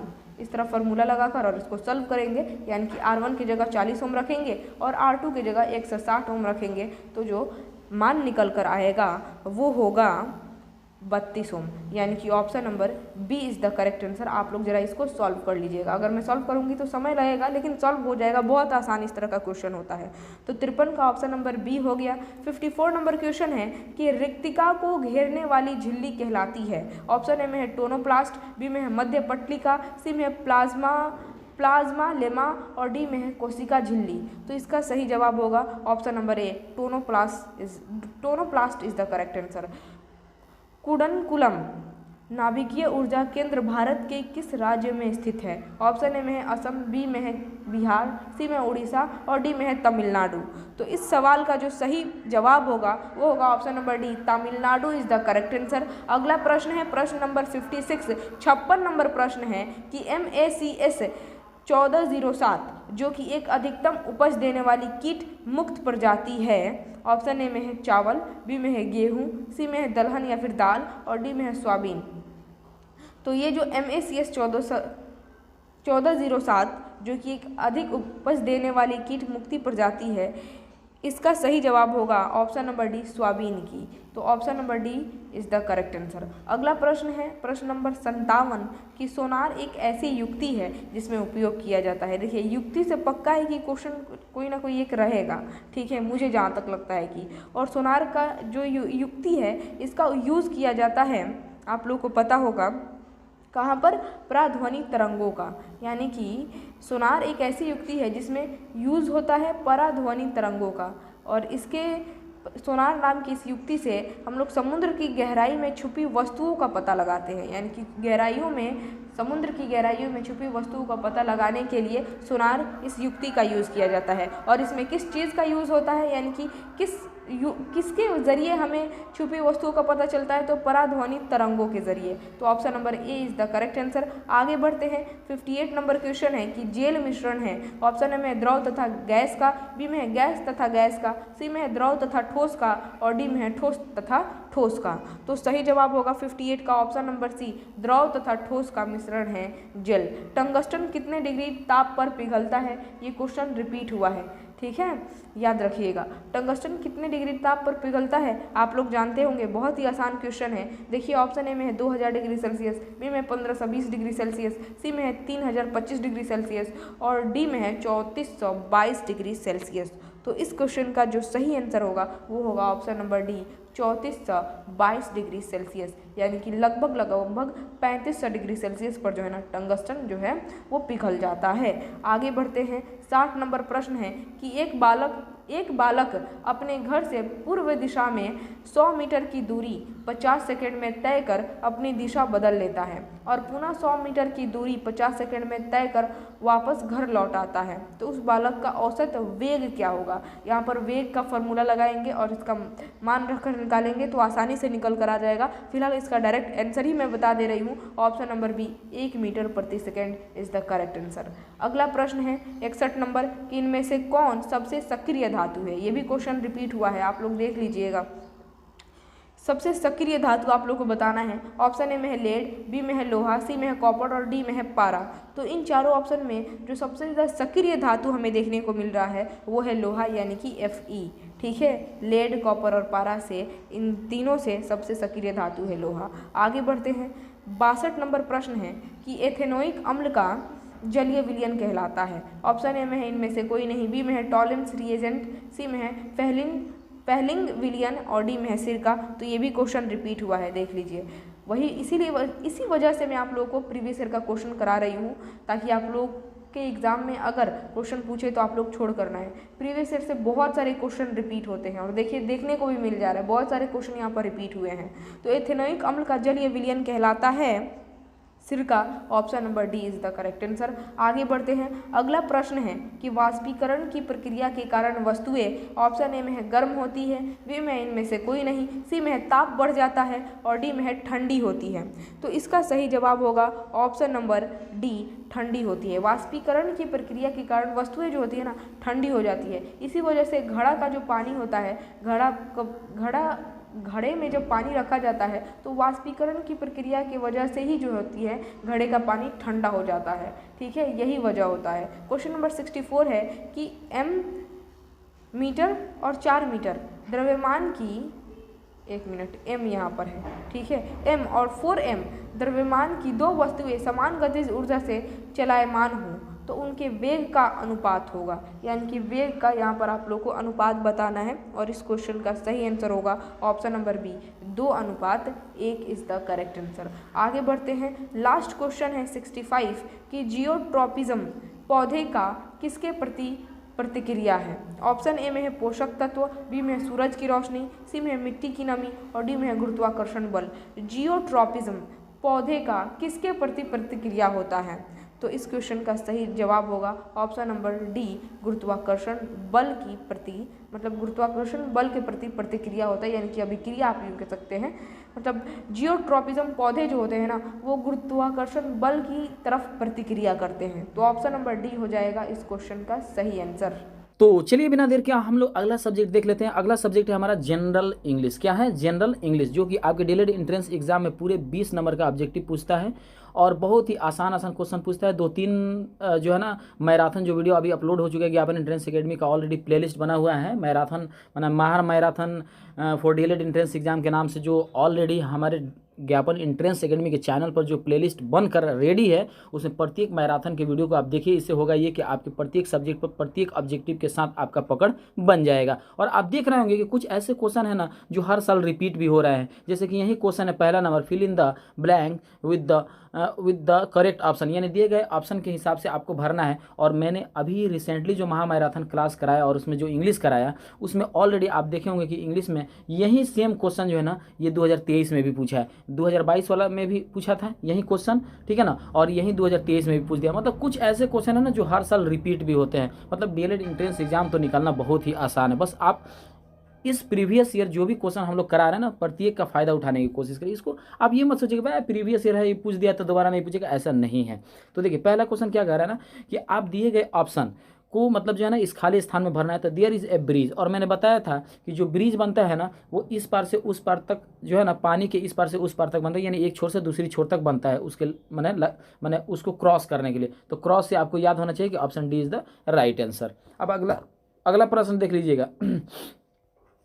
ये बोल रहा है कंडीशनल सेंटेंस पूछ दिया कि वी गेट टायर्ड, हम लोग थक जाते हैं, when we don't get enough sleep, जब हम लोग ज़्यादा नहीं सोते हैं, तो इसलिए option A is the right answer. अब यहाँ पर अगला प्रश्न देख लीजिएगा, सिलेक्ट द, यहाँ देखिए इडियम एंड फ्रेजेस से रिलेटेड क्वेश्चन पूछ दिया इन ब्लैक एंड व्हाइट। जब भी हम लोग कुछ लिखते हैं ना तो ब्लैक एंड व्हाइट में लिखते हैं कि नहीं, तो वो रिटन फॉर्म में हो गया कि नहीं हो गया, तो इसलिए 3 का सही उत्तर हो जाएगा option A in written form, ठीक है ना।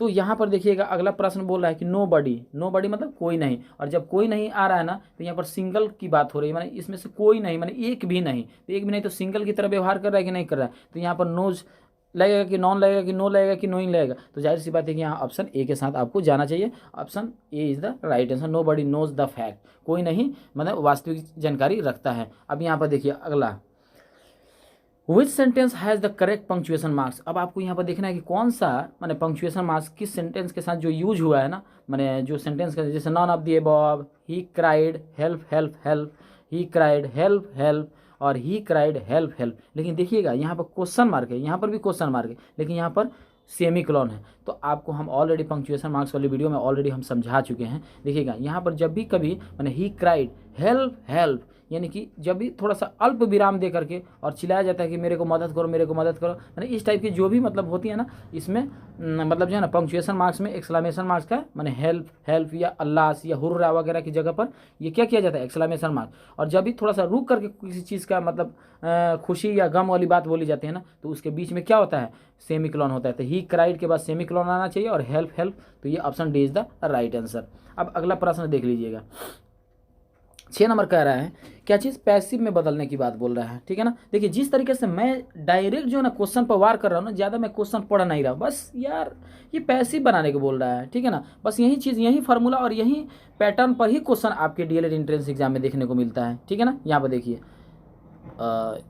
यहाँ पर देखिएगा बोल रहा है somebody has stolen his purse, और पैसिव में बदलने के लिए मैं ट्राई बताया हूँ कि जब हैज के बाद भी 3 हो ना, तो हैज के बाद बिन लगा करके तब भी 3 लगाओ। तो यहाँ पर देखो हिज पर्स, तो पहले तो यहाँ पर ये पहले 1 नंबर स्थान पर गया, हिज पर्स हैड, यहाँ पर देखिए हैज़ बीन स्टोलन, तो यहाँ पर हैज़ बीन आ गया कि नहीं, तो हिज पर्स हैज़ बीन आ रहा है कि नहीं, तो यहाँ पहले ही ऑप्शन में आ रहा है, बाकी सब ऑप्शन में नहीं आ रहा है। तो यहाँ पर आप देख सकते हैं कि option A is the right answer. हाँ, अब आप कहेंगे कि सर बाई समबडी नहीं लिखा है, तो नहीं भी लिखा है तो कोई दिक्कत नहीं है, आपको ऑप्शन ए के साथ जाना, लेकिन बाई समबडी उसको लिखना चाहिए। तो हिज पर्स हैज़ बीन, देख रहे ना, हैज़ के बाद भी 3 आए, तो उसको पैसिव में बदलने के लिए हैज़ के बाद V3 डायरेक्ट नहीं लिखना है, हैज़ के बाद बीन लगा करके तब V3 लिखना है, इसलिए option A is the right answer.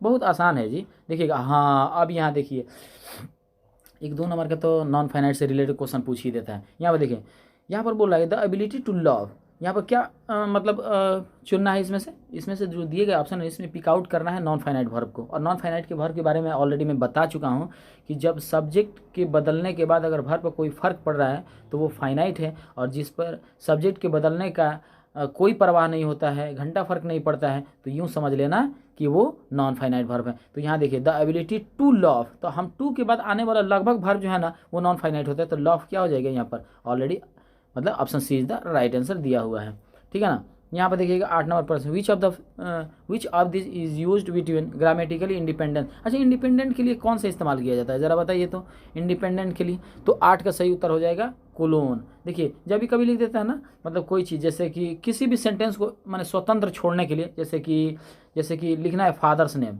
ठीक है ना, फादर्स नेम, ठीक है ना, तो यहाँ पर हम लोग कोलोन दे देते हैं कि नहीं, तो ये पूरा तरीका से स्वतंत्र हो गया कि नहीं। अब इसके आगे आप कुछ जो भरना है वो भरिए, लेकिन इसमें कुछ छेड़छाड़ नहीं हो सकता है, ठीक है ना, तो इसलिए कोलोन हो जाएगा। यहाँ क्या बोल रहा है ना कि identify the tense used in the following, जो टेंस को मतलब जो स्ट्रक्चर ऑफ द सेंटेंस के माध्यम से जो ये वाक्य बना है ना, ये बताइए कि किस टेंस का है। तो बोल रहा है कि when I reach the book store, जब मैं बुक स्टोर पहुंचा, all the copies had already been sold, सभी के सभी कॉपी जो है ना लगभग बिक चुके थे। तो ये जब बिक चुके थे यानी कि इस काम को मतलब किए जा चुका था, तो ये जाहिर सी बात है पास्ट परफेक्ट के अंतर्गत जाएगा, ठीक है ना। अब बिक चुका है अगर रहता तो प्रेजेंट परफेक्ट के अंतर्गत होता है, तो यहाँ पर तो पास्ट की बात हो रहा है ना, हैड लग गया है, तो हैड के बाद V3 आए तो क्या हो जाएगा, पास्ट परफेक्ट हो जाता है, इसलिए 9 का C सही आंसर हो जाएगा। अब आइए अगला प्रश्न देखते हैं ज़रा। यहाँ पर बोला है ना डायरेक्ट इनडायरेक्ट स्पीच से, तो हम डायरेक्ट इनडायरेक्ट स्पीच से ऑलरेडी वीडियो हम बना चुके हैं, ठीक है ना, वहाँ पर आप देख लीजिएगा और तब उसके बाद से इसको बनाएगा, बहुत आसानी से बन जाएगा। तो यहाँ पर देखिएगा, did you see that red car my brother asked, my brother यहाँ पर क्या भराएगा और यहाँ पर क्या वेदर आई, तो यहाँ पर आप देख सकते हैं कि 10 का सही उत्तर हो जाएगा आपका ऑप्शन सी। यहाँ पर माई ब्रोदर आस्ट मी, ठीक है ना, whether I had seen that red car, ठीक है ना।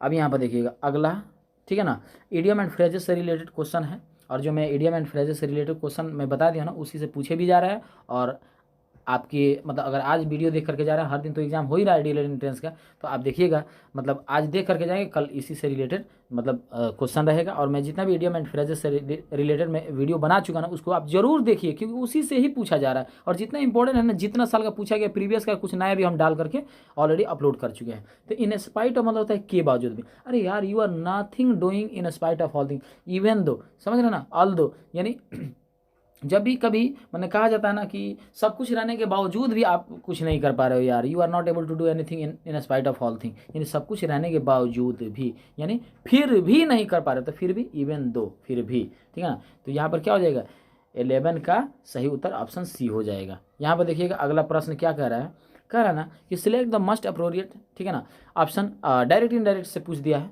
तो यहाँ पर इसका सही उत्तर हो जाएगा 12 का, देख लीजिएगा 12 का सही उत्तर हो जाएगा, Varun said I will be joining you all that the airport, Varun said that, ठीक है ना, वरुण सेड डैट क्या कह रहा है भाई, 12 का सही उत्तर हो जाएगा आपका वरुण सेड डैट, यानी उसके बारे में बात हो रही है, तो ही लेकर के आ जाओ, ही वुड, ठीक है ना, ही वुड बी, ठीक है ना, joining us all at the airport, तो ऑप्शन डी आ जाएगा, ठीक है ना। यहाँ पर देखिएगा, देखिए यहाँ पर फिर क्वेश्चन ये रिपीट कर दिया, एवरीवन, आपको यकीन नहीं होगा, मैं कह रहा हूँ ना कि मैं खुद जो है ना आपके साथ जो मैं प्रीवियस ईयर जो मैं ये क्वेश्चन शेयर कर रहा हूँ ना, मतलब मैं देख रहा हूँ कि 2-3 साल पहले कभी जो मैंने कराया मैराथन, जो महामैराथन का हम लोग जो सीरीज चला रहे हैं ना, उसमें देख रहे हैं यार हर साल रिपीटेड क्वेश्चन पूछा गया है, ठीक है ना। 2022 में, 2021 में, जो 2021 में पूछा गया, 2022 में, 2022 में पूछा गया, वो 2023 में, देखिए अभी ये 2023 में भी फिर पूछ दिया एवरीवन। अब पहला क्वेश्चन भी मैंने जो आपसे आपके बीच रखने की कोशिश किया, वो भी पहला क्वेश्चन भी जो है ना 2022 में भी पूछा है, 2021 में भी पूछा है, और देखिए 2023 में भी ये क्वेश्चन पूछा है, देखिए। तो 13 नंबर बोल रहा है एवरीवन और डैश डैश रिवार्डेड, तो यहाँ पर क्या हो जाएगा, यहाँ पर सिंगुलर आ रहा है कि नहीं, तो सिंगुलर हेल्पिंग वर्ब का इस्तेमाल होगा कि नहीं, तो 13 का सही हो जाएगा ऑप्शन डी। अब चलिए अगला क्वेश्चन देखते हैं, 14 नंबर, एट ए स्ट्रेच, ठीक है ना, एट ए स्ट्रेच का मतलब ऑप्शन देखिएगा, 14 नंबर का सही उत्तर हो जाएगा, माने कोई भी चीज़ जब एट ए स्ट्रेच का मतलब हुआ कि माने किसी भी चीज़ को बिना रुके एक समय के साथ कर देना, तो इसलिए option A is the right answer, at one time without stopping, ठीक है ना। एट ए स्ट्रेच का मतलब यहाँ देखिए नॉन फाइनाइट चुनना है, लीजिए मस्ट बॉयज़ लाइक प्लेइंग, तो जाहिर सी बात है कि मस्ट बॉयज़ हो चाहे सम बॉयज़ हो, नो प्रॉब्लम, अगर सब्जेक्ट बदलता भी है तो प्लेइंग के प्लेइंग ही रह जाएगा, क्योंकि लाइक के बाद आने वाला वर्ब जो होता है ना जिस तरीके से रहता है ज्यों का त्यों ही रह जाता है, इसलिए क्या हो जाएगा यहाँ पर playing, option D is the right answer, ठीक है ना। अब आइए यहाँ पर अगला क्वेश्चन देख लीजिएगा जरा, 16 नंबर क्वेश्चन क्या कर रहा है, मस्ट एनिमल, यहाँ पर देखिएगा सूटेबल कोहेसिव डिवाइस को यूज़ करना है, ठीक है ना। Must animal sleep like people do, जिस तरीके से मतलब व्यक्ति सोते हैं ना उस तरीके से लगभग अधिकतर जो है ना जानवर सोते हैं, दे लाई डाउन, वो लोग पड़े रहते हैं, ठीक है ना। तो अब यहाँ पर दिए गए ऑप्शन के हिसाब से आपको क्या बनना है, birds and horses sleep while standing, थोड़ा सा कोहेसिव डिवाइस को यूज़ करते समय ना थोड़ा सा सेंटेंस को समझना होता है, ऑलरेडी मैं वीडियो में बता भी चुका हूँ। तो 16 का सही उत्तर हो जाएगा हाँ वेवर जैसे भी हो, ठीक है ना। 17 नंबर क्वेश्चन है, fill in the blank with correct option, mother did not have time to go to the store, ठीक है ना, माँ के पास समय नहीं मतलब मिला, मतलब क्या है स्टोर जाने के लिए, तो यहाँ पर दिए गए खाली स्थान में भरना है, there was no milk in the refrigerator, मतलब रेफ्रिजरेटर के अंदर दूध नहीं था, तो यहाँ पर 17 नंबर का सही उत्तर क्या हो जाएगा, ये भी मतलब लगभग कोहेसिव डिवाइस से ही रिलेटेड है, लेकिन बोल दिया है भले fill in the blank with correct option, अब दिए गए ऑप्शन है और ये कोहेसिव डिवाइस के सारे ऑप्शन दिए गए हैं, तो 17 का सही उत्तर हो जाएगा कंसीक्वेंटली, ठीक है ना। अब यहाँ पर आइए देखते हैं अगला प्रश्न, fill in the blank with the correct option, the student were playing, ठीक है ना। तो यहाँ पर जब भी किसी चीज़ में खेला जाता है ना तो वहाँ पर इन का इस्तेमाल किया जाता है, तो इन द गार्डन हो जाएगा, the students were playing, यानी जितने भी विद्यार्थी हैं वो खेल रहे थे इन द गार्डन यानी बगीचे में, ठीक है ना।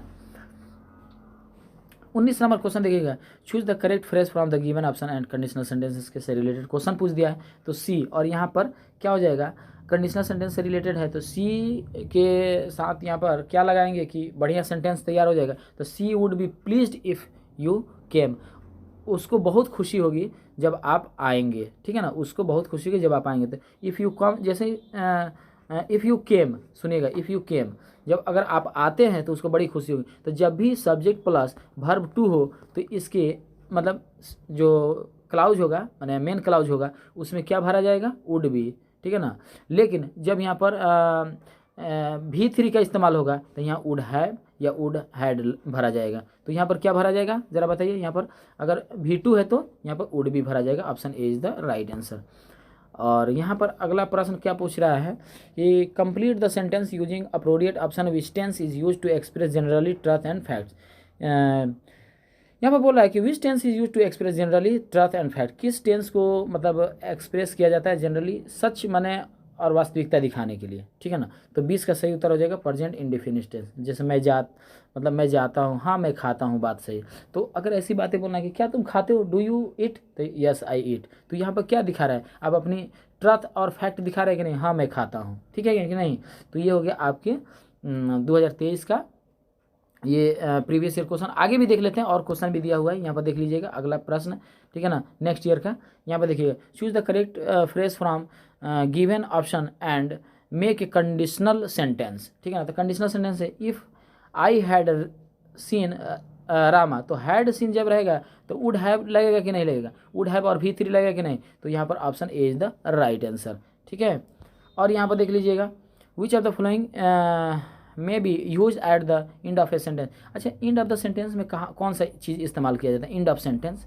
तो 2 का सही उत्तर हो जाएगा एक्सक्लेमेशन मार्क्स का। जैसे हुर्रा, तो हुर्रा जब भी हम लोग लिखते हैं या अलास जब भी लिखते हैं या हाय जैसे लिखते हैं तो यहाँ पर एक्सक्लेमेशन मार्क्स दे देते हैं, ठीक है ना। अब आइए यहाँ पर देखिएगा, पंक्चुएशन मार्क्स से रिलेटेड क्वेश्चन पूछा है कि अलास की जगह पर क्या भरा जाएगा। तो अभी थोड़ा देर पहले वही डिस्कस में कर रहा था, अलास लिखे या हुर्रा लिखे एक्सक्लेमेशन मार्क्स का प्रयोग किया जाता है, इसलिए option A is the right answer. यहाँ पर आइएगा, अगला प्रश्न क्या कर रहा है, इंडिया एंड फ्रेजेस से रिलेटेड क्वेश्चन है। कॉप विथ मतलब होता है काबू पाना, और काबू पाना किसी भी चीज़ के साथ काबू पाना मतलब डिफ़िकल्ट से डिफ़िकल्ट सिचुएशन को भी अगर आप हैंडल कर ले रहे हैं तो समझ लीजिए कि अगर आप महान है तभी आप किसी भी डिफ़िकल्ट से डिफ़िकल्ट सिचुएशन को क्या कर रहे हैं, माने काबू पा ले रहे हैं, माने उस पर काबू पाना मतलब उस चीज़ को बर्दाश्त कर पा रहे हैं। तो 4 का सही उत्तर हो जाएगा टू हैंडल समथिंग डिफ़िकल्ट, ठीक है ना, ऑप्शन बी, ठीक है ना। अगला प्रश्न देख लीजिएगा, यहाँ पर फिल करना है मैंने खाली जगह को। रमन हैज़ नो, ठीक है ना, एक्वेंटेंस, ठीक है ना, डैश डैश मैन का। तो जब भी इस तरीके से बात आती है ना, कोई व्यक्ति हो और किसी व्यक्ति के साथ अगर प्रीपोजिशन का यूज किया जाता है ना, तो 5 का सही उत्तर हो जाएगा आपका विथ, माने किसी व्यक्ति हो और किसी व्यक्ति के साथ इस्तेमाल किया जाता है। विथ मतलब के साथ होता है, तो इसलिए रमन और मैन का जब 2 व्यक्ति की बात हो और इसमें खाली जगह को साथ अगर प्रीपोजिशन वर्ड को यूज़ करना है तो विथ के साथ आप जाइएगा। Option B is the right answer.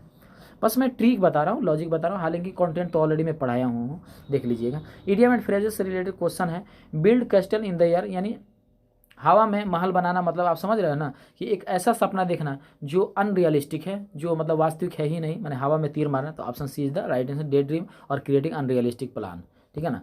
अब यहाँ पर 7 नंबर क्वेश्चन देख लीजिएगा, fill up the blank with the correct option, all the furniture dash dash dash old, ठीक है ना। तो सभी के सभी, तो जहाँ पर प्लुरल सेंटेंस आ रहा है तो प्लुरल हेल्पिंग वर्ब भी लगेंगे, ठीक है ना। तो क्या लगेगा बताइए ज़रा। तो यहाँ पर प्लुरल क्या क्या दिख रहा है, ये तो सिंगुलर दिख रहा है तो ये तो होगा नहीं, ठीक है ना। अब ये दिख रहा है, ये दिख रहा है, ये दिख रहा है, तो पहले तो सी होगा नहीं। तो 7 का सही उत्तर, नहीं sorry 1 minute, all the furniture, ठीक है ना। ऑल द फर्नीचर एक समूह में दिखाया जा रहा है और यहाँ पर दिखाना है क्या चीज़ कि माने पुराना दिख रहा है, माने पुराना दिखता है। तो ऑल द फर्नीचर क्या है, पुराना दिखता है, सभी के सभी फर्नीचर पुराना दिखता है। तो जब समूह की बात है ना तो यहाँ पर सिंगुलर की तरह व्यवहार होगा, ठीक है ना। तो यहाँ पर क्या हो जाएगा, ऑप्शन सी ही हो जाएगा। सॉरी यार, मतलब मैं समूह वाली बातें मैंने आपको समझाई थी कि जब भी कोई समूह में सेंटेंस आएगा ना, वाक्य आएगा ना, या कोई शब्द आएगा ना, तो उसके साथ हेल्पिंग वर्ब सिंगुलर की तरह व्यवहार होता है। Option C is the right answer. यहाँ पर देख लीजिएगा अगला question, fill up the blank with the correct option, neither you nor he. तो यहाँ पर क्या भरा जाएगा, नाइदर यू नॉर ही, ठीक है ना। तो यहाँ पर आप दिए गए ऑप्शन के साथ आप बताइए क्या करेंगे आप। तो मुझे लगता है कि he is to blame, he is to, हाँ यहाँ पर लगाइए ऑप्शन डी, ही वेयर तो होगा नहीं, ही के साथ वेयर लगता नहीं, ही के साथ हैव लगता नहीं। अच्छा देखिए यहाँ पर लॉजिक भी है, वेयर तो लगेगा नहीं, हैव लगेगा नहीं और ही के साथ आर लगेगा नहीं। कितना अच्छा निंजा ट्रिक समझिए, थोड़ा सा ऑप्शन को इलिमिनेट करने की तरीका को सीखिए। यहाँ पर देखिए कितना अच्छा समझ में आ रहा है, नाइदर यू नॉर ही, और ही के साथ क्या लगता है तो कुछ ऑप्शन के साथ भी देख लीजिए। अब क्या लगेगा नहीं लगेगा उतना दिमाग लगाने की जरूरत नहीं। ही के साथ वेयर तो लगेगा नहीं, कब भी नहीं लगता है, आर लगेगा नहीं, हैव लगेगा नहीं, तो ईजी लगेगा ना। अब इसका सेंटेंस कोई भी हो, इसका मतलब कुछ भी निकले, ऑप्शन डी के साथ चले जाओ। यहाँ पर देखिए नॉन फाइनाइट को चुनना है, बताइएगा we must prevent their coming. तो देखिएगा कमिंग क्या है आपका, यहाँ पर कमिंग को फर्क पड़ रहा है क्या? अगर आई अगर लगा दे, यू लगा दी, you must prevent, I must prevent, ठीक है ना। अगर कुछ भी अगर हम लोग लगा रहे हैं, सब्जेक्ट अगर बदल रहे हैं, तो क्या कमिंग के ऊपर फर्क पड़ रहा है क्या? ज़रा देखिए तो फर्क कमिंग के ऊपर नहीं पड़ रहा है, इसलिए option C is the right answer. अब आइए बिना देर के अगला प्रश्न को भी देख लेते हैं। Fill up the blank with correct option, मैंने दिए गए खाली स्थान को करेक्ट ऑप्शन के साथ भरना है। सी वॉज सिटिंग, ठीक है ना, सावित्री एंड सुषमा। अब देखिए जब भी कभी दो व्यक्तियों के बीच की बात की जाती है तो देखिएगा एमॉन्ग मतलब ही होता है के बीच, ठीक है ना, और बिटवीन मतलब भी, देखिए ऑलरेडी जैसे ऑप्शन दिया, ये देखिए एमॉन्ग मतलब ही होता है के बीच और बिटवीन मतलब ही के बीच होता है। तो इन दोनों में लगाएं तो कौन लगाएं? तो देखिए एमॉन्ग मतलब होता है माने दो से अधिक लोगों के बीच लगाने के लिए, जैसे तीन या तीन से अधिक लोगों के बीच, लेकिन बिटवीन कभी भी दो लोगों के बीच लगता है। तो सावित्री और सुषमा के बीच अगर लगाना है ना तो बिटवीन का ही यूज होगा, यानी दो लोगों के बीच लगाने के लिए के बीच का वर्ड मीनिंग बिटवीन लगाया जाता है, इसलिए option B is the right answer. 11 number question देखिएगा क्या बोला, डायरेक्ट इनडायरेक्ट स्पीच से रिलेटेड क्वेश्चन है, तो जरा देखिएगा। बोला है I took Rahul to office with me, he said that he, तो यहाँ पर क्या भरा जाएगा? तो यहाँ पर 11 नंबर का सही उत्तर हो जाएगा कि हैड टेकन विथ हिम, तो option B is the right answer, ठीक है ना। Complete the sentence using appropriate option, यानी यहाँ पर मिस्टेक ऑप्शन के साथ यहाँ पर गायब ऑप्शन को यहाँ पर क्या करना है, दिए गए ऑप्शन में से चुन करके इस गायब मतलब क्या बदले, मतलब यहाँ पर खाली जगहों को भरना है, मतलब यहाँ पर मैंने गायब है, यहाँ पर कुछ लिखा हुआ नहीं है, तो यहाँ पर आपको इस दिए गए ऑप्शन में से क्या सही है वहीं उचित समझ करके भरना है, ठीक है ना। तो यहाँ पर देखिएगा 12 का सही उत्तर हो जाएगा आपका option C, before you put the cheese on your crust don't forget to lather it with marinara sauce, तो यहाँ पर option C is the right answer. अब यहाँ पर देख लीजिएगा अगला क्वेश्चन क्या पूछ रहा है, complete the sentence using appropriate option. यहाँ पर भी उचित देख करके ही मतलब दिए गए ऑप्शन के हिसाब से यहाँ पर खाली स्थानों को भरना है, तो 13 का सही उत्तर हो जाएगा आपका ऑप्शन डी, ठीक है ना। They got into their cars and drop away, ठीक है ना। अब यहाँ पर देख लीजिएगा 14 नंबर क्वेश्चन क्या बोला है, क्वेश्चन क्या बोला है, पैसिव में बदलना है, कोई सेंटेंस दिया हुआ है और इसको पैसिव में बदलना है। बड़ा आसान है जी, पैसिव और एक्टिव वॉइस का बहुत ही खतरनाक ट्रिक अपने वीडियो के माध्यम से आपके बीच शेयर करने की कोशिश किया हूँ, उसको देख लीजिएगा।